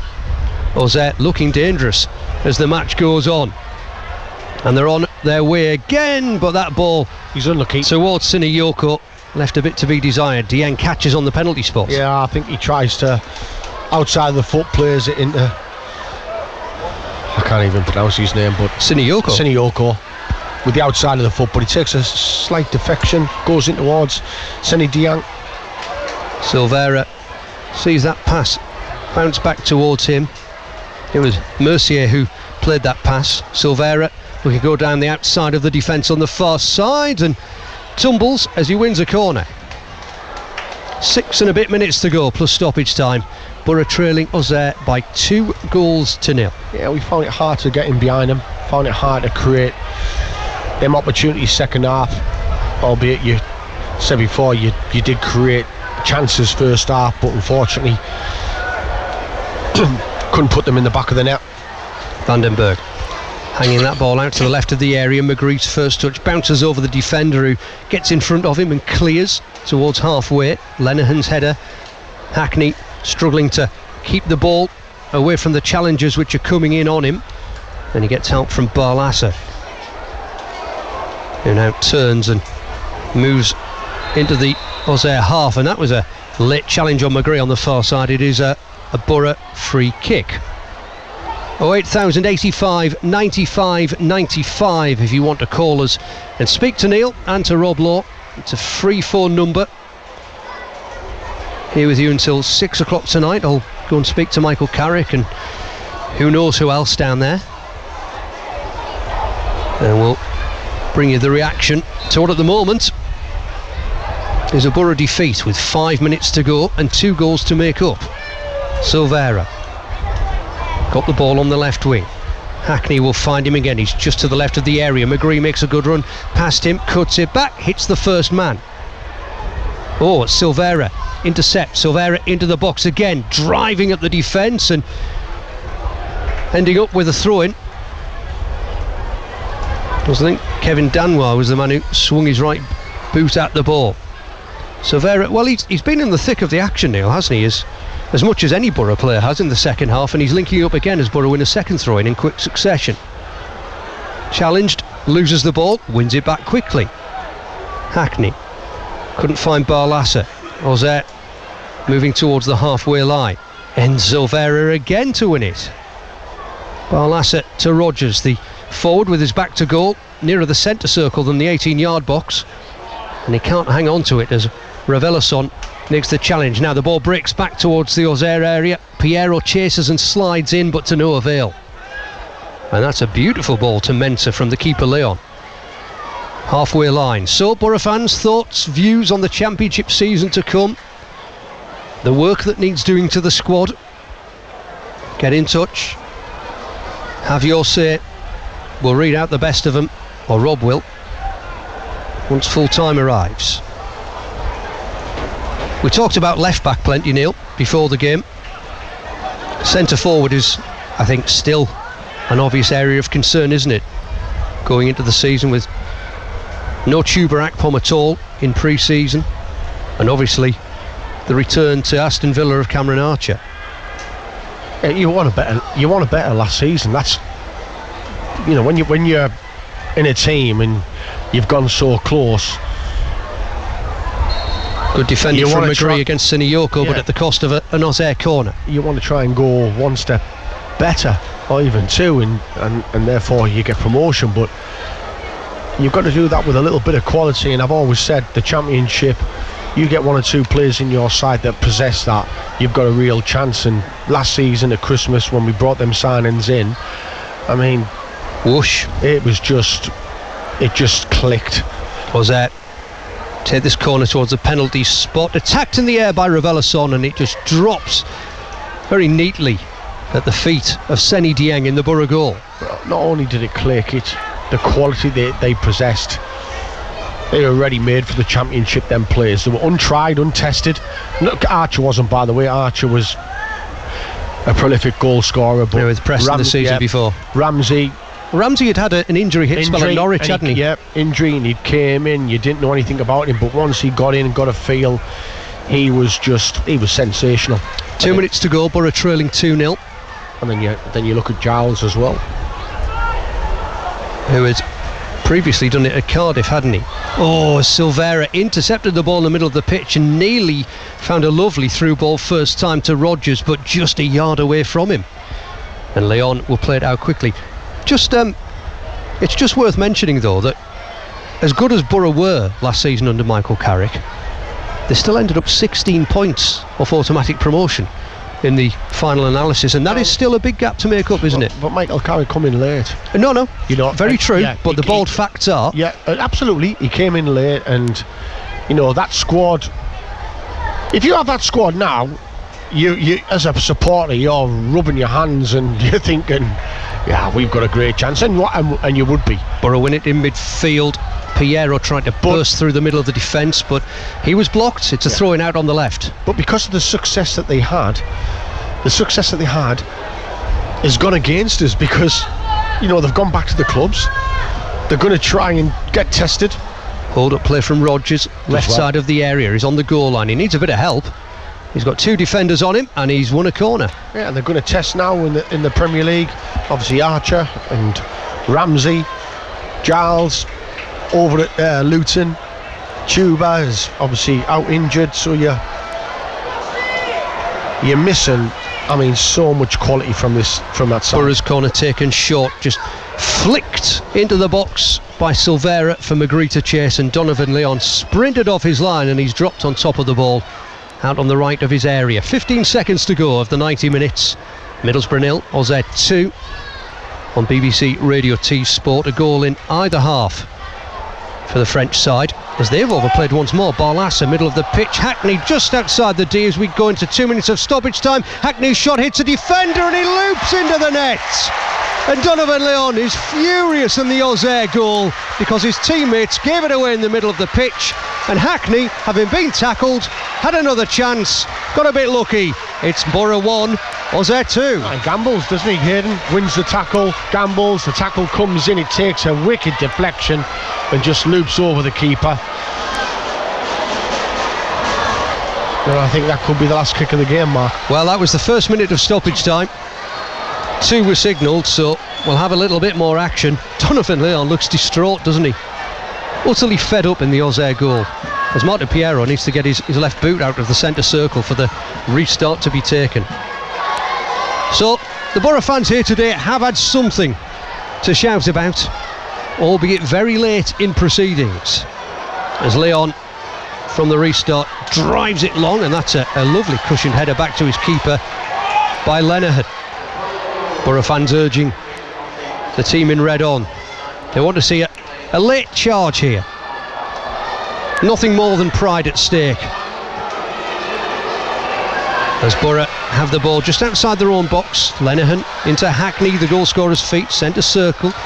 There's McGree, he's feeding Silvera left hand side of the box. He looked for Piero with the pass, and it's put out on the far side for a throw-in. All of a sudden, the last minute of the game, that tempo comes to light, doesn't it? It's amazing, isn't Urgency, tempo comes to light, and then with a little bit of luck there, Silvera, he's offside. Oh, he's offside. He took the throw in, McGree cushioned it back to him, and the offside flag went up, and that might well be that. Yeah, with a little bit of luck there, if he just plays it in front of Martin Piero, he's got a chance one-on-one with the goalkeeper. Matt Donoghue, the referee, said that 2 minutes will be added on. Borough did score in added time, so presumably he'll let play go on a little further, but we are now into the 3rd minute, beyond the 90.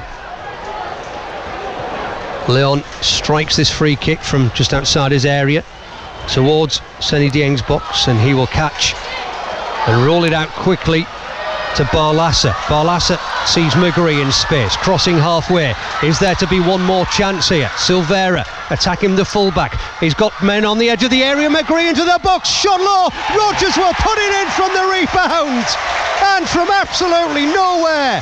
In added time, Borough scored twice. Morgan Rodgers on the end of some good work from Riley McGree. It's Middlesbrough 2, Auxerre 2. Well, you inject a bit of tempo into the game, real tempo. And Sammy Silvera with his pace down that left-hand side. It's lovely play.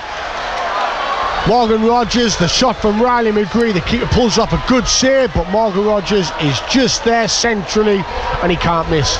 Is there a third to come? Well, let's see. Well, no, there isn't, because from the restart, Matt Donoghue says that's enough, and Borough ends their preparations for the Championship season with a late comeback. 2 goals in stoppage time against Ligue 2 side Auxerre. Minute ends Middlesbrough 2, Auxerre 2. Next up, Neil, Millwall and the Championship. And you're right, and we've got to be a lot better.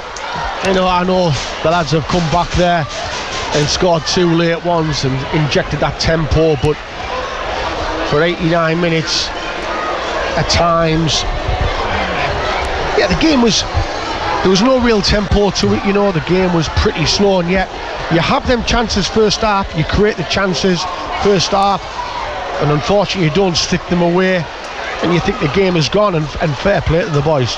Stuck at it, got a goal back, and then all of a sudden within the space of a minute you get another one.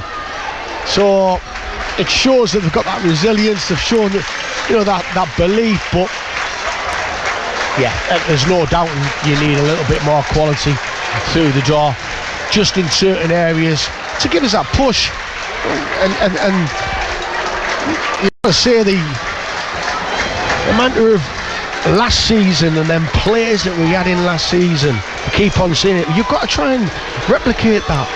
You've got to try and get them in from somewhere, but it's easier said than done, because everyone, including Championship teams, including foreign teams, want the best, and you're competing all the time. Last season, I mean, that window, it just shows how good a window it was, possibly one of the best windows we've had in a long time, for them players, and yet we still never got promotion. So all to play for and a little bit of work to do. And if we're sitting here and saying that, and fans are leaving the Riverside, be listening to us on BBC Radio T Sport this afternoon and saying that, you can bet your bottom dollar that Michael Carrick can see that as well. Yeah, listen, I think the manager you'll always back the club, guaranteed, you have to, and he'll understand certain scenarios, he'll understand where we are regarding getting players in and what type of player we can get in.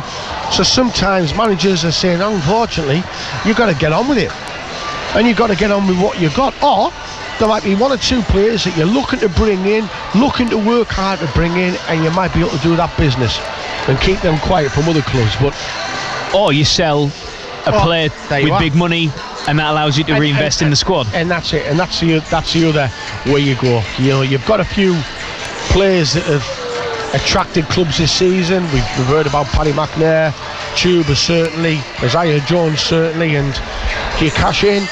Do you generate a little bit of money? Do you know exactly your replacement that you're going to get? We'll have to wait and see. There's a long... You know, the transfer window, I mean, you get your transfers done, and we've done some business early doors in terms of potential, but I think sometimes further along you look at pre-season. All clubs will do this, Rob. You look at pre-season, and for 89 minutes I'm certain the fans here will be looking and thinking, listen, we need that, we need this, we need that, and then you get 2 goals and they're all on the feet and they've cut the players off because you've got back 2 goals, and you're thinking, well, it's not so bad, but the bigger picture, it is, because you need a little bit more, you know.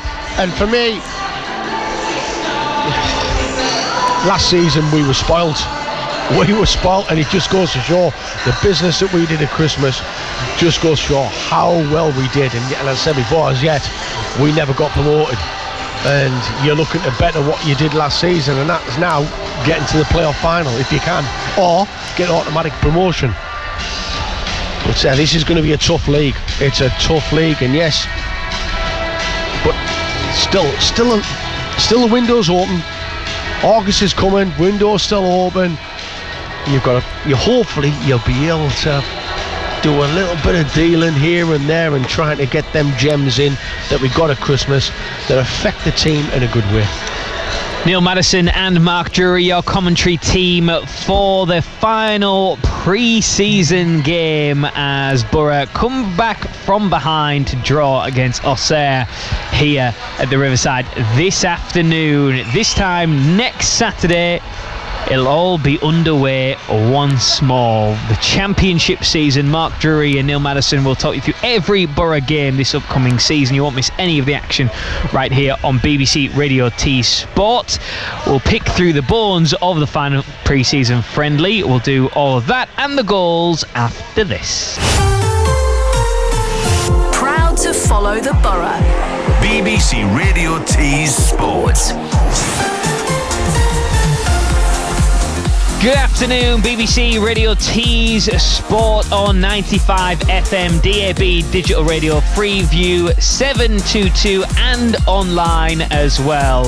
The full-time whistle has gone. Middlesbrough's final pre-season friendly is over, and it sounded like this. Now McGree, deep in his own half.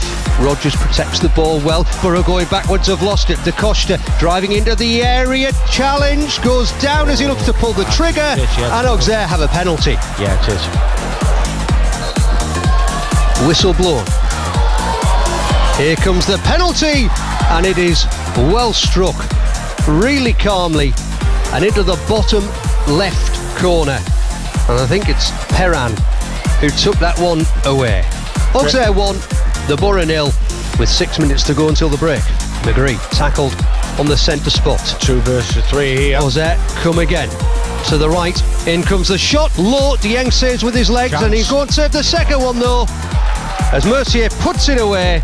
It was Sinayoko with the first shot, but it ricocheted perfectly to the substitute. And Nicolas Mercier makes it 2-0 to Auxerre. Barlaser, middle of the pitch. Hackney just outside the D as we go into 2 minutes of stoppage time. Hackney's shot hits a defender and he loops into the net. And Donovan Leon is furious in the Auxerre goal because his teammates gave it away in the middle of the pitch. And Hackney, having been tackled, had another chance, got a bit lucky. It's Borough 1, Auxerre 2. Barlaser sees McGree in space, crossing halfway. Is there to be one more chance here? Silvera attacking the fullback. He's got men on the edge of the area. McGree into the box, shot low. Rodgers will put it in from the rebound. And from absolutely nowhere, in added time, Borough scored twice. Morgan Rodgers on the end of some good work from Riley McGree. It's Middlesbrough 2, Auxerre 2. Proud to support our local football teams. BBC Radio T's Sport. Have your say on the game. Give us a call 08000 85 95 95. Text 81333 and start your message with Tees. Tweet at BBC Tees Sport. Email tees.sport@bbc.co.uk. Or WhatsApp 08000 321 333 and start your message with Tees. Get in touch with BBC Radio Tees Sport. Yes, BBC Radio Tees Sport, myself, Rob Law and Neil Maddison here at the back of the West Stand after Borough's last pre-season friendly ended 2-2 against the French side Auxerre. Mark Drury down on the touchline waiting to get some post-match reaction, which we'll bring to you very shortly indeed. Hopefully Neil Maddison with me. If you want to get involved, as you heard there, text 81333, start the message with the word Tees at BBC Tees Sport on Twitter, or you can give us a call 08000 85 95 95 is a free phone number. There's also the WhatsApp 08000 321 333, similar to the text. Just start the message with the word Tees. Thank you to Invictus, who's been in touch. He says, I know it's a friendly, but was hoping to see more intensity this close to the new season and looking to see who's going to be the goal threat considering who we've lost. I need to know so I can let the neighbours know at our pre-season meeting midweek. Neil, were you surprised there wasn't a bit more intensity considering we are now 7 days out from the start of the championship season? Yeah, because I think you try and generate that intensity, but when they sit off, they had a game plan. Hang on. Yes. Going down. Yeah. Hold that thought, because Mark Drury is down in the Middlesbrough dugout and he's joined by Matt Crooks. I am, Rob. I am. Matt Crooks is here, having played his part in the final friendly of pre-season. Matt, how glad are you that that's out the way now and it's all about the championship? Very. I'm looking forward to the game next Saturday now. This one's finished. Pre-season's almost finished. Full week of training now, leading up to the first proper game, so when the good stuff starts. Yeah, well, the good stuff indeed. How is it just, for a professional, is it just about, you've just got to do this, you just got to get through it? Because the intensity can never really be replicated, can it, for the real thing? Yeah, of course it's never the same, but you still want to put in performance for yourself and obviously as a team to replicate what you can do leading up to the start of the season. So I think there's definitely things that we've shown today that we can do a lot better. But like I say, it's all about next Saturday. Next Saturday being Millwall, of course. It's the other thing that going into a season that makes it hard for, I mean, the championship's hard to predict anyway, isn't it? But yeah. What makes it also hard to predict is that squads inevitably change, don't they, with players coming and players going. But as it stands, how do you see this Borough squad and your chances for the season? Yeah, very positive. The new lads have come in, obviously. They've had a good amount of time now to gel in with the team and figure out how our style of play and how we play. Obviously it's a different beast going to the championship games, and Millwall's a nice indicator for the new lads of what it's like. But no, I'm happy with the squad that we've got. I'm sure there might be a couple more additions incoming. But yeah, no, we've got a good squad, some very good individual players, and we've got a way of playing that suits us, I think. How are you feeling? Because obviously you got the start today, but you've had a bit of illness during this pre-season as well, which is, I mean, it's hard enough without that, isn't it? Yeah, I blame you for that. Straight after the interview I was like, I don't feel very well. No, yeah, obviously I feel fit enough, feel okay. Little illness, but nothing to worry about, and yeah, I'm raring to go. And come next week, but come Tuesday or whenever you're back in training, all of this, Real Betis, Rotherham, all of the rest of them, they're just gone, aren't they? Yeah, exactly, like I said before. They're a good indicator for us of where we are as a squad and getting the new lads to learn the new style of play. But like I say, once Tuesday comes around, we're fully focused on Saturday and the game that's upcoming. If you can replicate those 2 goals in stoppage time come the season, that'd be very handy. Be nice, wouldn't it? Good luck for the season, Matt. Thank you. Cheers, mate. That is Matt Crooks speaking to Mark Drury down in the Borough dugout. We'll hear from Michael Carrick shortly as well. But the thoughts of Matt Crooks, just picking a few things out of that. Neil, he says, from this afternoon, there's things we know we can do a lot better. Asked about the squad, he says, feel very positive. We've had a lot of new signings coming in who have had to learn and understand the way in which we play, and threw in there as well, potentially a couple more additions coming in. What do you make of what Matt Crooks had to say? Well, he's right in terms of next week it'll be different, and you have to. He said we can do much better, and you will have to next week, because I guarantee someone from Millwall will be here and they'll understand the shape that we play, and they'll try and get about us, and we have to try and get about them. And this place will be packed, pretty much packed, so the atmosphere will be totally different. It'll be a totally different feel. They have to generate that excitement around the place. They have to generate certainly the tempo.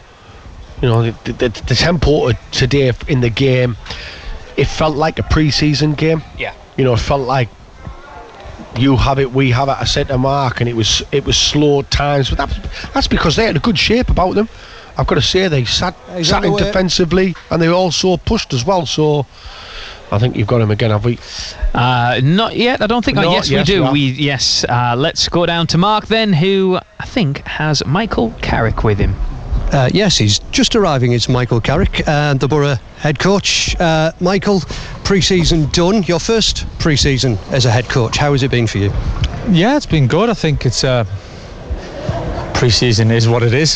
To be honest, it's the bit before the season really that you obviously try to put things in place and try to get the boys in a place where we're ready for next week. So that was part of today, and getting the minutes, getting the balance right really, and getting boys on the pitch who hadn't played here before, and sampling that. So there's a lot of things to kind of tick off. We feel we're in good place for the start of the season, but obviously that's when the real work starts. So we'll look forward to that. I was going to say, is any team ever really ready? Or is ever any manager or head coach ever truly satisfied? There's always things, isn't there, that you want to work on? Oh yeah, regardless of any point during the season, I think you're only satisfied when the season's done and you've got what you wanted out of the season. So of course we always want more. We wanted to be better today at certain things, and we wanted to be and we want to be better next week as we go through the week training and obviously ready for the game. So it's always work in progress. We're always doing that, and we're always striving for more.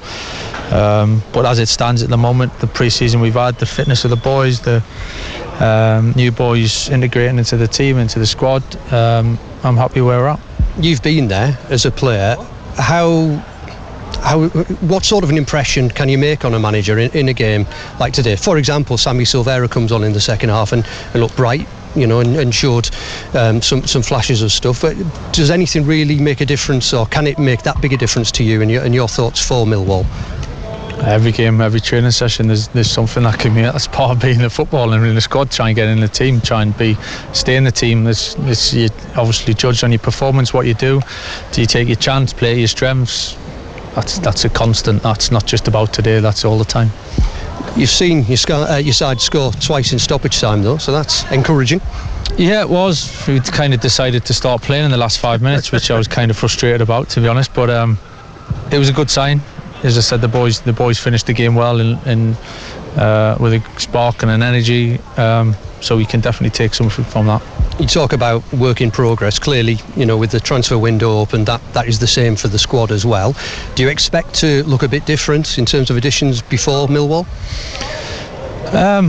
Maybe is the answer. Maybe. I don't know for 100%. To be honest, I've said the same thing to you all along about we're constantly looking to improve the squad and add to the group. So that won't change this week. In terms of how much we'll be trying, because we've been trying for quite some time, just dropping things in place at the right time, and hopefully it's soon. Of course, hopefully it's soon. The window goes on for a bit longer, which is, I think we all struggle to kind of understand why the season carries on when the window is still open, but it is what it is. That's just, we've got to deal with that, so we'll make the best of it. Looking at today's selection, is Hayden Coulson currently in pole position to be left back? I don't think anyone's in pole position as such now. I think everyone's still trying to. We've got a good squad. We've got good options. So I think we've. It's all positions are up for grabs. It's up to performances. It's how the boys train next week. It's who goes into the game positive. So that's always a decision that me and my staff have got to make. So hopefully we make the right one. As far as fitness and health goes, we haven't seen Johnny Howson or Tuber Akbom in pre-season. Do they have any realistic chance of being fit for the start of the season? We'll have to see. They obviously, there's no hiding from it. They haven't trained anywhere near enough with the group. So we'll just have to make that assessment as the week goes on next week. Okay, on to the real thing, eh? Yeah, finally. Thank you. That is Mark Drury in conversation with the Borough head coach Michael Carrick. Onto the real thing. Finally, he says. Also, some interesting bits from there. Just to pick out a few lines. It said, decided to start playing in the last 5 minutes, which frustrated him. Well, I think that tells you what he thought about the game, as we did. I think the tempo wasn't quite there. The performance in terms of keeping that ball, which we're accustomed to under Michael Carrick, passing it around. They did it at times and they were sloppy at times. It was a slow game, and I think that's where he'll be disappointed. And then he said, all of a sudden, the last 2 minutes, we started springing, and that's what he wants for the other 89 minutes. Yeah. He wants that tempo, he wants that desire, he wants that will to get the ball in the back of the net, and you step up the little bit of a pace, they sit off because they've got a comfortable lead, and all of a sudden 2 or 3 passes, bang, you're getting behind him and it's in the back of the net. So he'll be wanting that. He'll want his side to start a lot quicker, a lot brighter, and if you do, you grow into the game. When you have games like that, they tend to stay like that. You've got to change the outlook of the game. The players only do that. The fans can help by getting behind, and these fans do. But you have to get these fans off the seat. There has to be a spark. Yeah, there has to be a spark. There has to be something happening to get these fans off the seat, and I think that's what he was disappointed today. It was just no real energy in the game. It's a week before, but as Matt Crook said, he said it can happen, and I've been in them games and the spark is not there, and you get beaten. All of a sudden the next game it's the real thing, and you go beat your team 2 or 3-0, and I've been on the other end of it as well in the first game of the season. So the importance for me is home advantage, guaranteed. Home advantage means a big thing. The pressure's on the away team. Do they come? Do the stiflers? Do they sit in there? If they do, it's up to us to get about them with a real tempo, with a real desire to put that ball in the back of the net. It's a massive game next Saturday. Start off with a win. That for me is vital for us. On additions, and Mark said, do you expect any further additions before we kick off against Millwall next Saturday? And he said, maybe. We're trying this week. We've been trying for a long time. Hopefully it's soon. I seem to sense a little bit of frustration there, perhaps, from Michael Carrick. Well, maybe he's, the talking and things aren't dropping. Yeah, certain players have, got options elsewhere, or certain players are not quite sure, or the money's not quite right. And you're going back again. That's what happens. That's what happens, and it's never easy. That window, you are fighting with every club in Europe, with every club in England, with every club in Scotland. It's a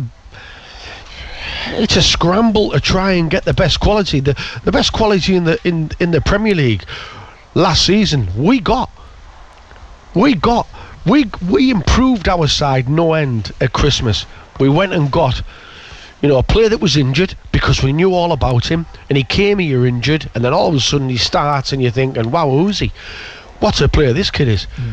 Change things around. Then you get Cameron Arch, who was a proven goal scorer, who wanted to come under Michael Carrick.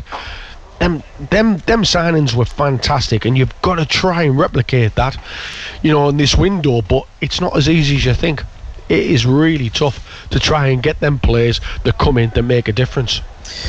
Thank you to everyone getting in touch on the text and on the tweets as well. If you want to get involved, we're going to start reading some of these out. So you can find us on Twitter at BBCT Sport. Text 81333 is the number. Just make sure you start your message with the word tease. Also on WhatsApp 08000 321 333. And again, start that message with the word tease. So Neil, let's pile through a few of these and stop me when there's something you want to pick up on. This one from Colin in Scarborough.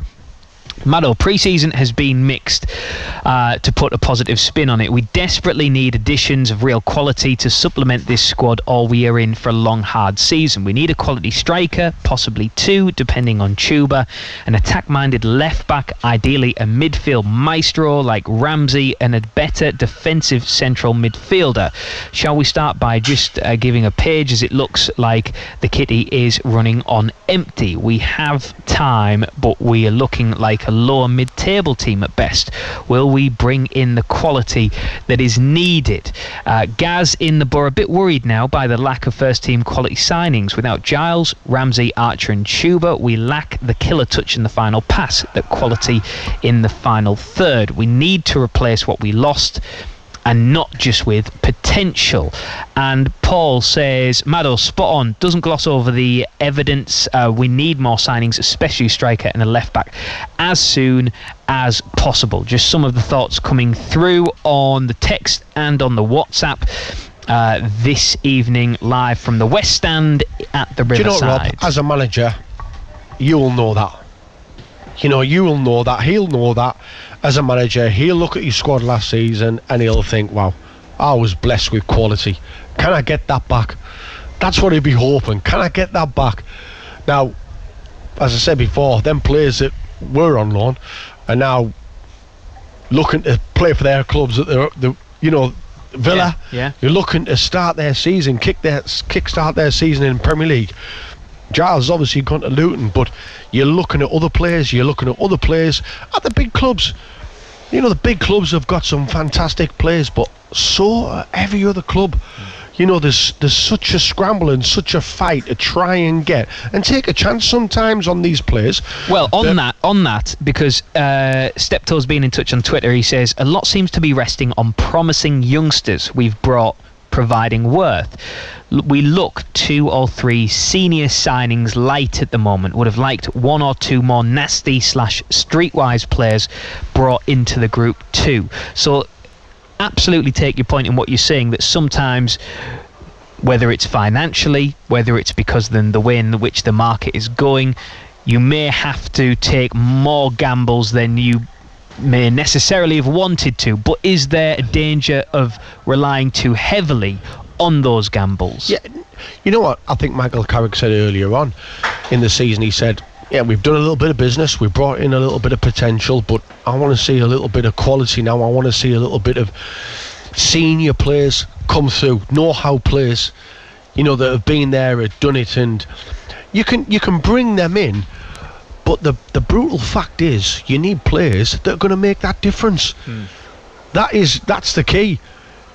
And you took that chance on bringing, as I said before, Ramsey in last season when he was injured. And I tell you what, you knew you were bringing him because you knew you were getting a gem. You knew that he could cope at this level. And that's the chance they took, but it's known that they can perform at this level. Yeah, it's more of an educated you're right. gamble, isn't it? It's educated gamble. It's not a risk. They might have come in and not being able to do it, but the staff thought, listen, this kid can play. And he did. He played, and I love watching him. And then you brought in a player that was proven at this level, that scored goals at this level. Preston fans will tell you, we were lucky to get him, and he did. He banged in goals. He was instinctive. He knew where the back of the net was, and he dropped off at the end of the season. I've got to say, he dropped up, especially in the playoff game against Coventry.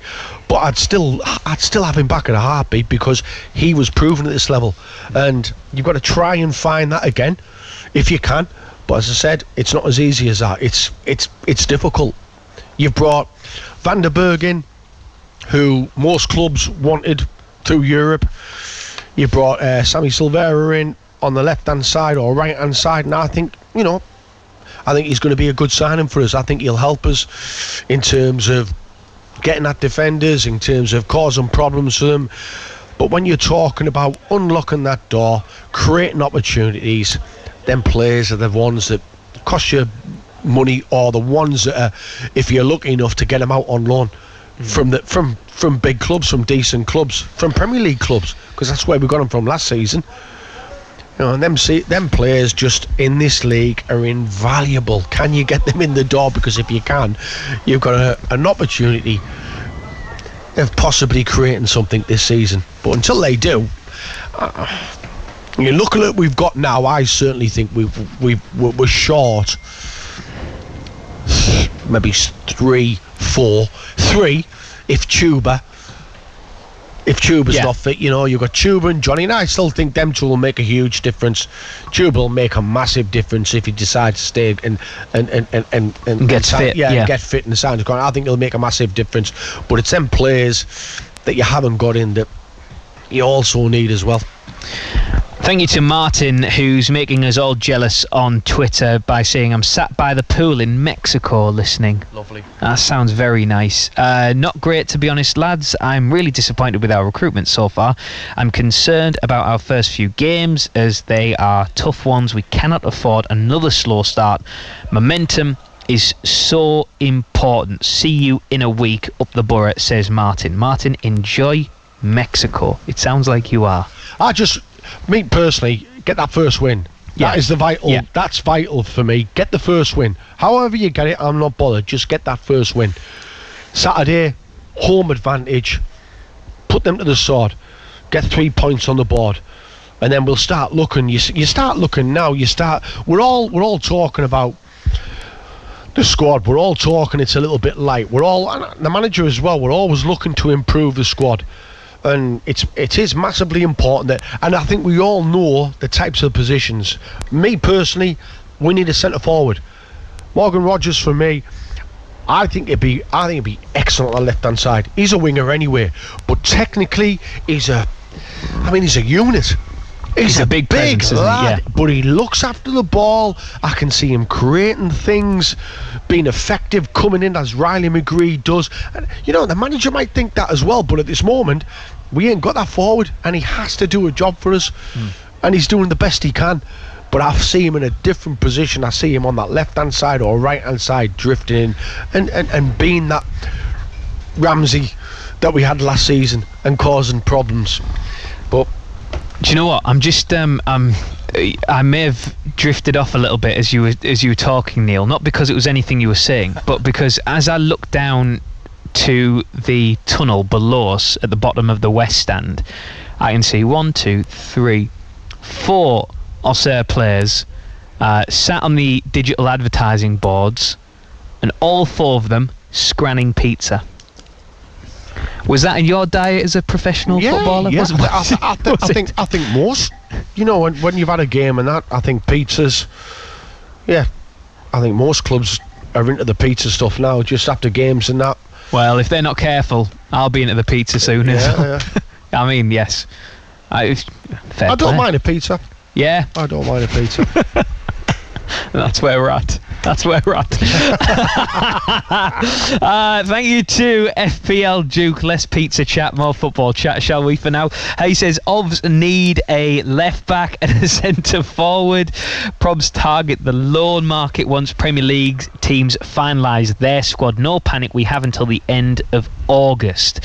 Which makes a good point, doesn't it? Because you've touched upon it, and we've spoken about it time and time again this afternoon. The loan market for Middlesbrough was utilised very well last time, last window, and that is always going to be the frustration of the transfer window of getting players on loan, is that clubs aren't, Premier League clubs or wherever you're getting the loan players from, they're never going to release them until they know they don't need that player for that extended period of time. Yeah, and you know what? Things change at football clubs. They do. They change quickly. I mean, Villa, they've got Cameron Archer down as, you know, in the squad. Things can change. Things can change really quickly. And if they do, you've got to be the club that pounces quickly and get them on board and try and, you know, prize that asset that is capable in the Championship to get him to our football club. And Ryan Giles was one of them players that wanted to come here, but he's gone to the Premier League, and rightly so. You've got to applaud him. I know he's gone to Luton, but they've got to the Premier League and they've earned a little bit of money, and they'll be able to pay the wages. So, and the other boys, trying out at their clubs as well. But if there is a gem out there, if there is someone that's special that needs that little bit of tender care and loving and nurturing, I don't think there's a better club to come to than us under Michael Carrick. I think the one thing we have in our favour is that they've seen what happened to them players last season under Michael Carrick. We play football, we want to play football, and I think that's enticing to hear. When you go into the big clubs, you know that they're going to play a brand of football that them big clubs want to see. So just try a little bit of tenderness, somebody once said. Should write a song about that. Thank you to Liam, who's been in touch, who says, only at the Borough could we sign 6 players in a week. Everyone buzzing, then nothing, and now everyone saying mid-table.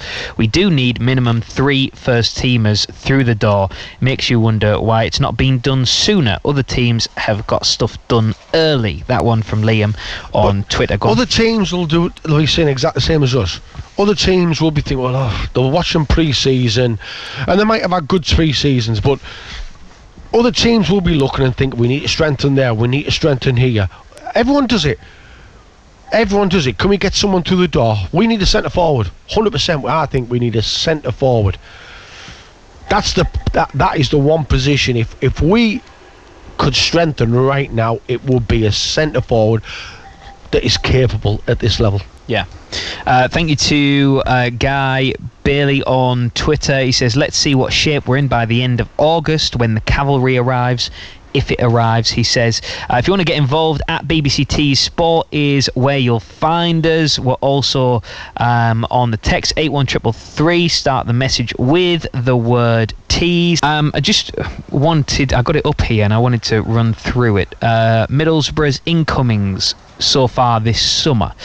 So you have Tom Glover, goalkeeper who came from Melbourne City in the A-League. Jamie Jones, goalkeeper who arrived from Wigan in League One. Alex Gilbert, who came and signed from Brentford. Morgan Rogers, 20 years of age, who came from Manchester City's under-21. Senny Dieng, who we know arrived from Queen's Park Rangers, goalkeeper. Rav Vandenberg from Pek Zwolle, 18. Sammy Silvera from Central Coast Mariners in the A-League. Obviously, Martin Piero returned from his loan at Boca Juniors also. So you wouldn't really count Martin Piero, so 7 incomings altogether. There's a lot of, apart from Dieng and Jamie Jones, both of which are goalkeepers, the incomings of the outfield players, there's a lot of youth there. And there are a few of the texts and tweets coming in saying we're missing perhaps that knowledge, that experience. Yeah. Would you'd go along with that? Yeah, I think potential that is, isn't it? You're bringing players to the club to develop them, to make them better, to hopefully to go into the first team. They'll have an impact at some stage, I would think, this season. They'll be used this season, but I think that's for further on down the line. What it looks like so far this season, you're looking, Silvera's obviously had an impact already, but you are looking to strengthen. I agree, you are looking to strengthen with know-how, with that quality that does make a difference. And Michael Carrick will have he'll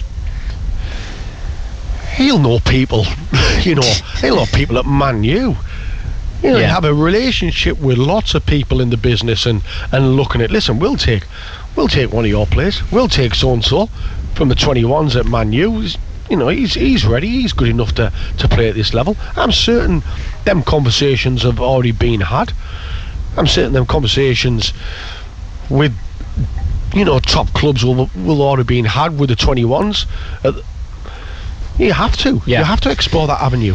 Thank you to Invictus, who's been in touch. He says, I reckon we need a slice of that pizza and a fresh cardigan. Invictus, if I have anything to do with it, there'll be none going spare, my friend. I'm sorry, but he should be in bed now. Well, I think he did say he's off to bed because he's got commitments in the morning.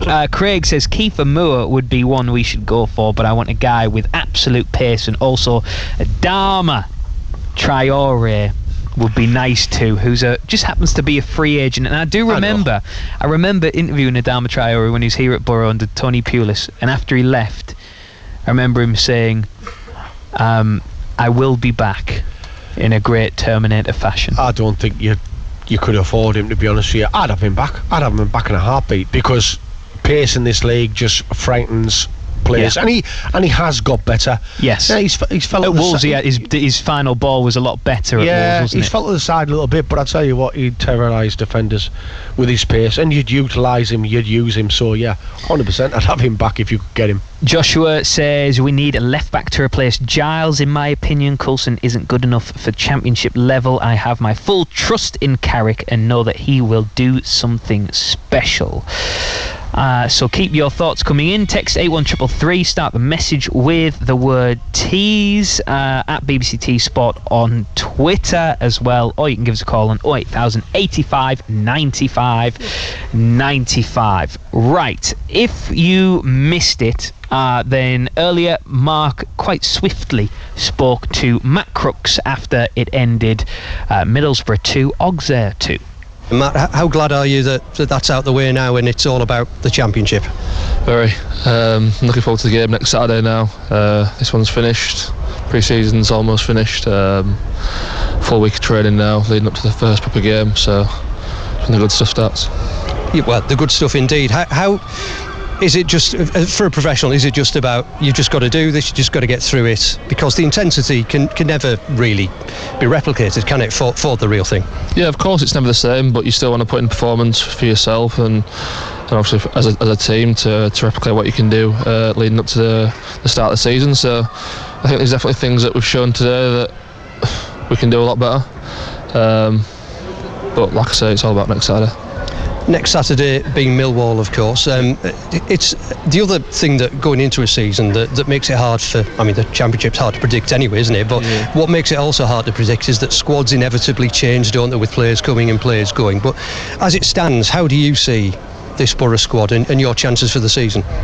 Very positive. The new lads have come in, obviously. They've had a good amount of time now to gel in with the team and figure out how our style of play and how we play. Obviously it's a different beast going to the Championship games, and Millwall's a nice indicator for the new lads of what it's like. But no, I'm happy with the squad that we've got. I'm sure there might be a couple more additions incoming. But yeah, no, we've got a good squad, some very good individual players, and we've got a way of playing that suits us, I think. How are you feeling? Because obviously you got the start today, but you've had a bit of illness during this pre-season as well, which is, I mean, it's hard enough without that, isn't it? Yeah, I blame you for that. It was straight after the interview I was like, I don't feel very well.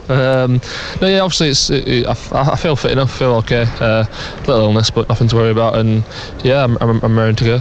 And come next week, but come Tuesday or whenever you're back in training, all of this, Real Betis, Rotherham, all of the rest of them, they're just gone, aren't they? Yeah, exactly, like I said before. They're a good indicator for us of where we are as a squad and getting the new lads to learn the new style of play. But like I say, once Tuesday comes around, we're fully focused on Saturday and the game that's upcoming. If you can replicate those 2 goals in stoppage time come the season, that'd be very handy. Be nice, wouldn't it? Yes, it would be nice. It absolutely would be nice. Matt Crooks coming up. We'll hear again from Michael Carrick. If you missed it first time around, just updating you on the Ashes on day 3 at the Oval. Another wicket has gone, and it is Yorkshire's Joe Root. He falls 9 short of another wonderful century, but it has been a brilliant innings by him in his usual elegant style. He was bowled by Murphy for 91, so England at present are 349 for 5. They lead Australia by 337 runs with 5 wickets remaining. as I say, keep your texts and tweets coming in at BBC Tees Sport is where we live. On your social media, you can also text 81333 and start the message with the word Tees. There was a text I wanted to read out to you, Maddo, which was from Luke. It says, do you think this Akpom situation is an injury, or do you believe there's something more to it, with a quizzical emoji? No, it's an injury, but we can talk about him. I think he's a huge miss to us, because he makes a difference. He's missed the whole of pre-season, so that's going to be tough to get him back. But I just think the situation with him, if you sell him, how much would you take? How much would you take for Chuba Akpom? Bearing in mind he got 30 odd goals last season. You want 20 plus million for him? Well, if you can get 20 plus million and you can reinvest that money and buy and bring someone in a little bit of quality, because you would bring some quality in, by the way, with that type of money. Yeah, I think he's special. I think it's not a one-off for him. I think technically he's so gifted. He's found a position that suits him. If you don't sell him, that shows the initiative. That shows a real belief that you can achieve something this season. But he needs that help around him if he is going to stay. And I think he'll want that as well. Yeah. He'll want that quality around him like he had last season, and that improved him as a player. The better players around him massively improved Chuba, and he just oozes that quality at times, isn't he? So, yeah, if you are going to sell, and if he does go, you're looking at hopefully 20 plus. Yeah, it can't be. It shouldn't be any lower than 20, should it? Because as FH mentioned right at the top of the show, if Victor Gyökeres goes for 20.5 million to Sporting Lisbon from Coventry, then Chuba Akpom is worth at least that, if not more, of course. And I also think if he does go, he has to go to a club that give him that position that he had here. Because I don't think I think he's capable as a centre forward, but I think him just drifting, picking up little pockets, leaving him to his own devices, and just recognising where he has to go and what he has to do. I think that's his position all day long. Just give him that free roll of the pitch. He'll cause defences, he'll cause teams lots of problems. But as I said before, them players that he had around him helped him. Really did help him, and he'll be hoping that we can achieve that again this season by bringing that quality in and around him that makes him a better player. Is this situation, and bear with me on this because I know what I'm about to say will have people screaming at the radio, is the Chuba Akpom situation potentially a win-win for Borough, in that if he stays, great, everybody's happy, you get him fit, and you like you say, you surround him with the people that hopefully means he can recreate what he did last season. If he goes, you make sure he goes for top dollar, and that dollar is then reinvested in the playing squad and gives Michael Carrick the tools that he needs to get the team promoted to the Premier League. If he does go, you would hope that would be the case. You would hope that you could. But I mean, it's a two-way thing, isn't it? It could go either way, but either way it could have a positive outcome for Borough. You'd like to think so. I think if you're looking at players that are going to cost you money, I think we were looking at the centre forward, rumoured with the centre forward at Sunderland, Ross Stewart. And he's going to cost you money. I like him. Yeah. I like Ross Stewart. I think, don't get me wrong, he's had his injuries, and that's the one thing that you'll be looking at and you'll be thinking. But then, in saying that, you might get him a little bit cheaper. You don't know, but I'd have Ross Stewart all day long because I think he's a good player. I think he's a great target man. Will he get you goals? Absolutely, will he get you goals? I think at this level, but will he come to us? Is another thing. But if you've got the money, and if Tube generates that money, well, so be it. That's football. But it's a difficult one because you want Chuba to stay. Yeah, you don't want to see him go, but if he does go, you want to make sure you're compensated for it. Yeah, exactly. Yeah. You're right, yeah. Thank you to, let's go with this one. This is David. He says, the recruitment team did the biz last season. Let's trust them to do it again. So thank you for that, David. Another one from Lucas Duffy. Evening to you, Lucas. He says, obviously we don't have an all-out striker at the moment, but as soon as Josh Coburn is back fit, we need to be giving him a chance. Please give me your thoughts on how likely it is for him to be given an opportunity, and if you think he has the potential to be our striker this season. Neil, that's an interesting one to go on. Josh Coburn, obviously very well thought of, the Teesside Haaland and all. Yeah, well, he started so well at Bristol City, didn't he? Yeah. Ever so well, and then he had a little bit of a spell, and that's what young lads do. And I think, me personally, for Josh's development, I'd like to see him go out again. Would you? Yeah, I would. I'd like to see him go out again, learn his trade. What level? A little bit more. Well, I'll tell you what, there'll be a lot of clubs looking to take him. Championship clubs? Yeah. I think a few clubs will look to take him. But I just think for his development, but then again, it's down to, you see, they've looked at Josh in pre-season. They'll have looked, and it's not me to say that. I think the manager will have that say in terms of where he feels he's at. But he's still a young lad, and he's had so much thrown at him for a young boy, if that makes sense. He has his, the goal against Spurs in the cup final, which will live with him forever. And having that moment, and then going out on loan, and the experience of going out on loan. And you know what? And absolutely loving it, because I know he did. He enjoyed his time down at Bristol Rovers. A lovely part of the world. And I went down and watched him, and I went down and seen where he was living. Honestly, beautiful. Absolutely beautiful. And he experienced all that, but it's the playing side. Having games week in, week out. Now, for such a young lad in the Championship, I'd like to see him go out. Me personally, I would like to see him go out again. I would. Because I think if he does stay and you get someone in, I think it'll be stop-start again for him. Do you think he needs to go out and be the main man in a team? Yeah, and I think last season he was basically the main man. He had a couple of stints on the bench, but he was brought back in.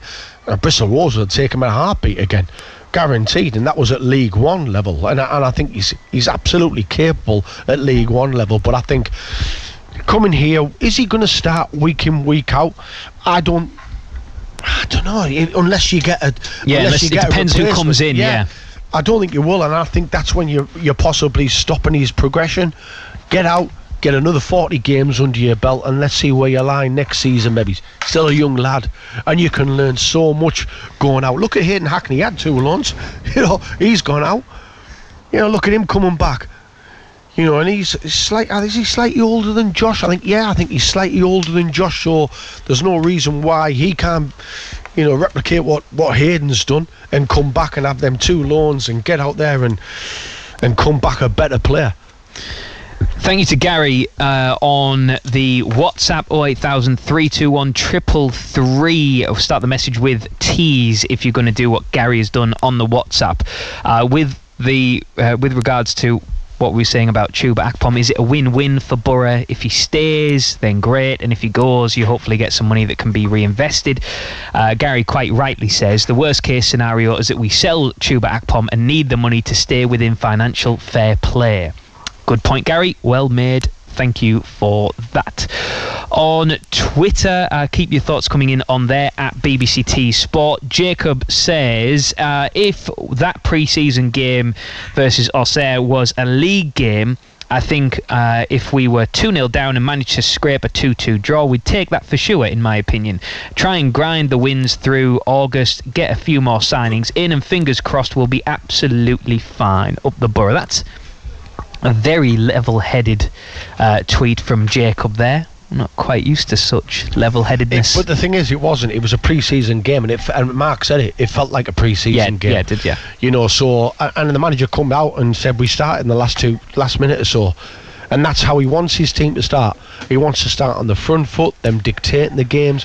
The first half against Real Betis, that's exactly what they did. They absolutely dominated, created opportunities, got down the sides of him, got him behind him. Unfortunately, couldn't put the ball in the back of the net, which is the whole point that's of it. That's where you're going to get judged Yeah, on. that's exactly. But that's the type of football that he wants to see. We were just like, wow, brilliant. And as I said before, it wasn't as if we didn't create them chances. We did. So you're playing against a top side that finished 6th, I think, last season in the Liga. That's your marker. That's where you want to be. And today, it wasn't like that. It was flat. It wasn't quite the tempo that he wanted, and he states that. But next week, this place will be absolutely full to the rafters, and he'll be expecting a lot more from his players, and they have to generate the fans' expectations in this ground. They have to get out the blocks and really start brightly. And if we can get that first win at home, the feel-good factor's there. Then you're looking to build. You're looking to try and build on that win, and maybe bring 1 or 2 players in, because I still feel we're short. Okay, more to come from Neil, more of your thoughts and views as well. But if you missed it first time around, let's hear what Michael Carrick had to say. He was in conversation with Mark. Michael, pre-season done. Your first pre-season as a head coach. How has it been for you? Yeah, it's been good. I think it's pre-season is what it is, to be honest. It's the bit before the season, really, that you obviously try to put things in place and try to get the boys in a place where we're ready for next week. So that was part of today, and getting the minutes, getting the balance right, really, and getting boys on the pitch who hadn't played here before, and sampling that. So there's a lot of things to kind of tick off. We feel we're in good place for the start of the season, but obviously that's when the real work starts. So we'll look forward to that. I was going to say, is any team ever really ready? Or is ever any manager or head coach ever truly satisfied? There's always things, isn't there, that you want to work on? Oh yeah, regardless of any point during the season, I think you're only satisfied when the season's done and you've got what you wanted out of the season. So of course we always want more. We wanted to be better today at certain things, and we wanted to be and we want to be better next week as we go through the week training and obviously ready for the game. So it's always work in progress. We're always doing that, and we're always striving for more. But as it stands at the moment, the pre-season we've had, the fitness of the boys, the new boys integrating into the team, into the squad, I'm happy where we're at. You've been there as a player. What sort of an impression can you make on a manager in a game like today? For example, Sammy Silvera comes on in the second half and looked bright, and showed some flashes of stuff. But does anything really make a difference, or can it make that big a difference to you and your thoughts for Millwall? Every game, every training session, there's something that can be. That's part of being a footballer and in the squad. Try and get in the team. Try and stay in the team. You're obviously judged on your performance. What you do. Do you take your chance? Play your strengths? That's a constant. That's not just about today. That's all the time.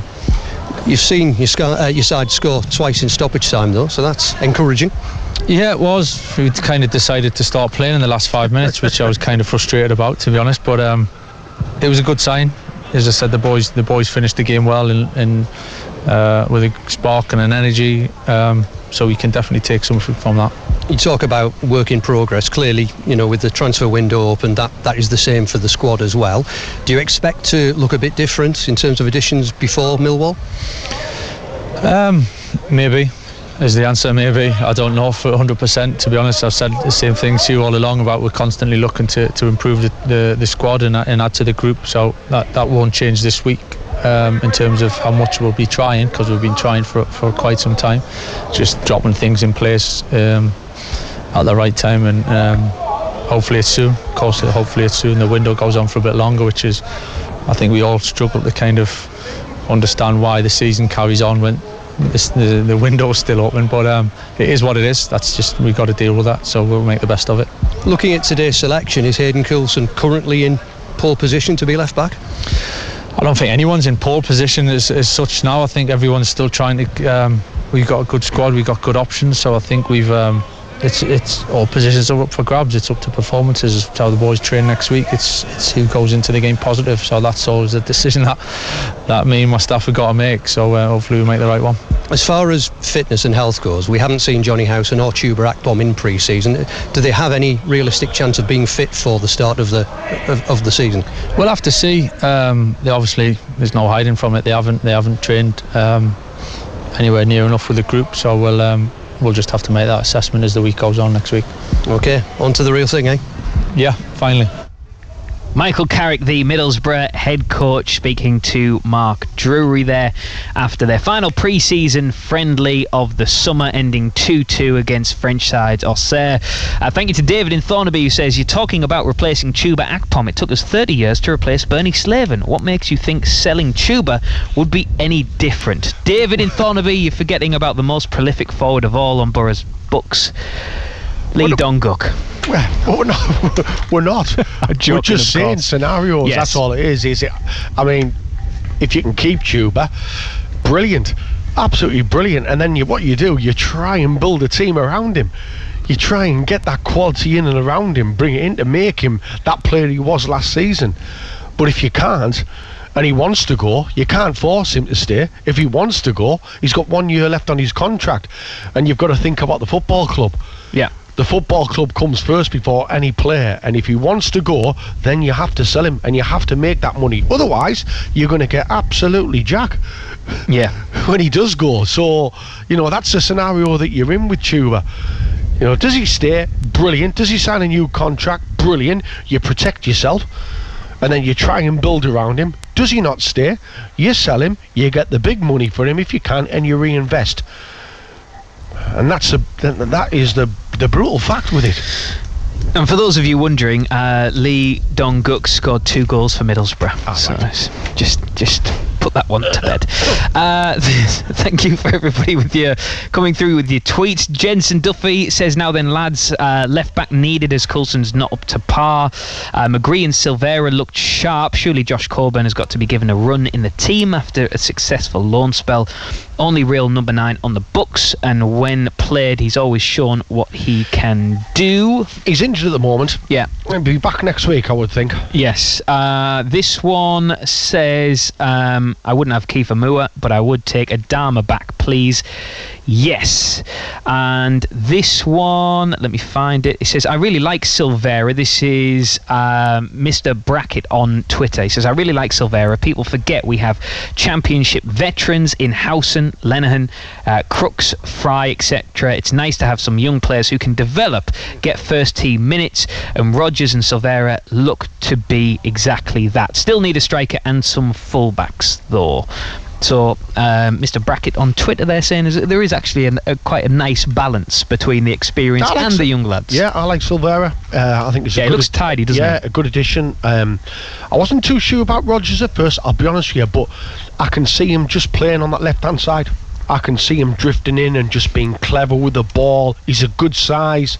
He's been asked to do a job where he's not familiar with. He's already told you that, Rob, hasn't he? So, he's up front. It's not his main position. He's a wide player, and I can just see him being effective in that position, drifting in and causing problems. Right, let's do some quick fire talking points then, because we finish at 6. Beat Surrender is on after us. We will hear the goals once more after Borough came from 2 behind to draw at 2-2 against Auxerre. The goals from Hayden Hackney and Morgan Rogers. On Morgan Rogers, you touched upon it there, learning the role. Some frustrating moments for him today.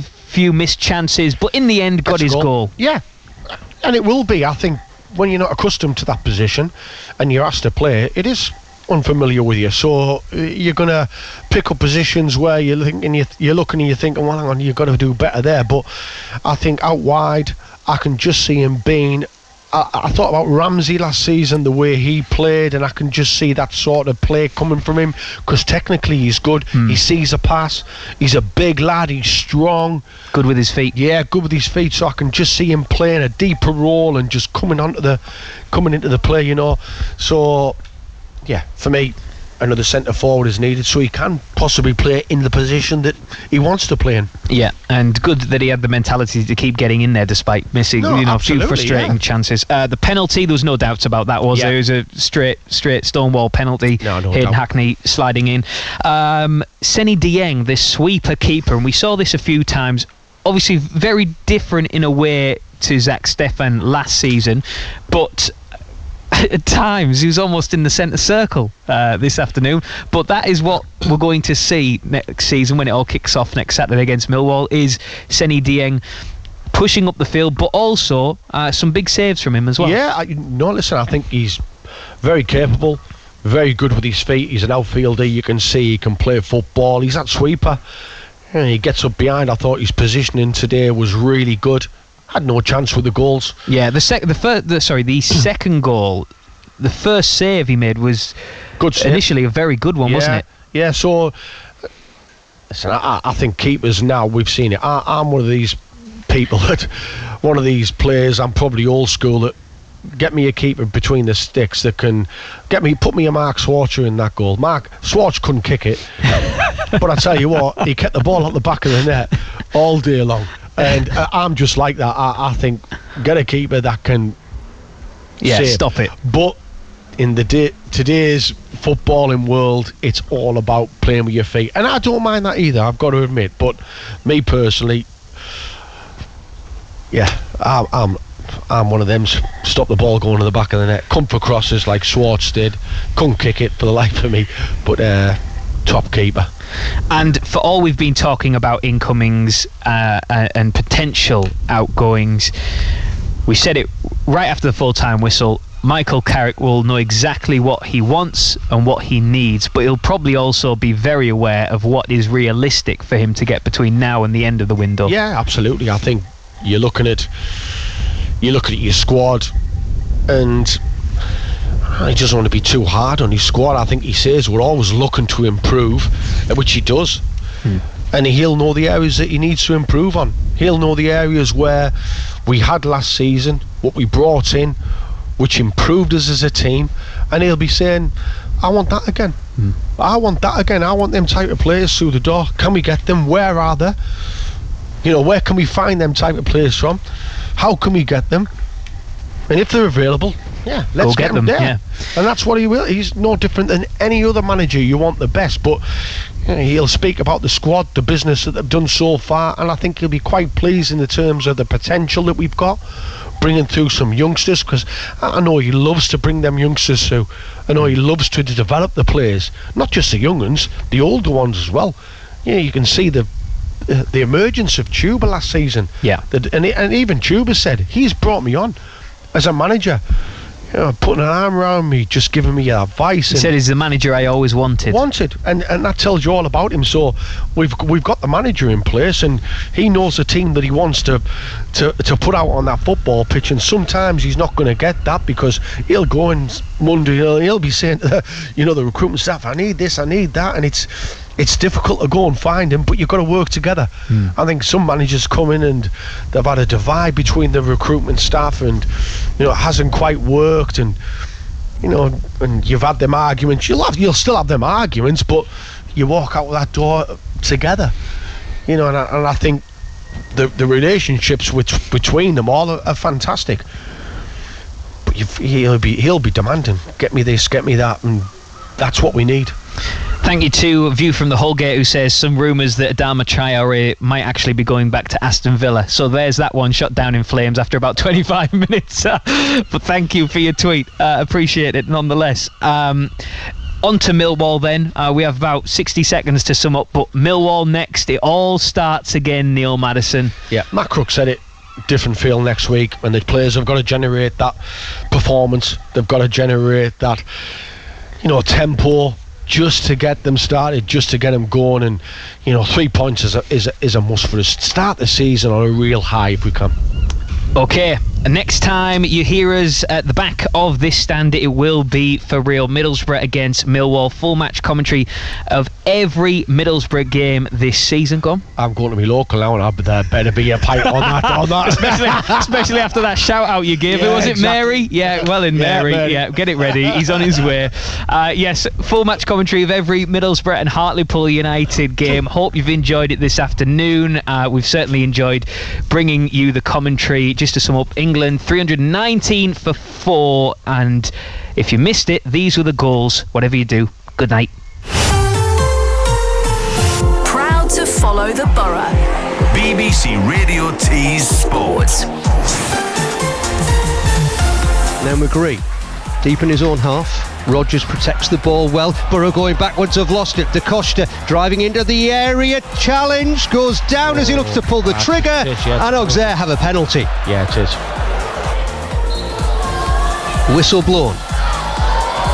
Here comes the penalty, and it is well struck, really calmly, and into the bottom left corner. And I think it's Perrin who took that one away. Auxerre 1, the Borough 0, with 6 minutes to go until the break. McGree tackled on the centre spot. 2 versus 3 here. Auxerre come again. To the right, in comes the shot, low. Dieng saves with his legs, and he's going to save the second one though, as Mercier puts it away. It was Sinayoko with the first shot, but it ricocheted perfectly to the substitutes, and Nicolas Mercier makes it 2-0 to Auxerre. Barlassa, middle of the pitch. Hackney just outside the D as we go into 2 minutes of stoppage time. Hackney's shot hits a defender and he loops into the net. And Donovan Leon is furious in the Auxerre goal because his teammates gave it away in the middle of the pitch. And Hackney, having been tackled, had another chance, got a bit lucky. It's Borough 1, Auxerre 2. Barlassa sees McGree in space, crossing halfway. Is there to be one more chance here? Silvera attacking the fullback. He's got men on the edge of the area. McGree into the box, shot low. Rodgers will put it in from the rebound. And from absolutely nowhere, in added time, Borough scored twice. Morgan Rodgers on the end of some good work from Riley McGree. It's Middlesbrough 2, Auxerre 2. BBC Radio Tees Sport.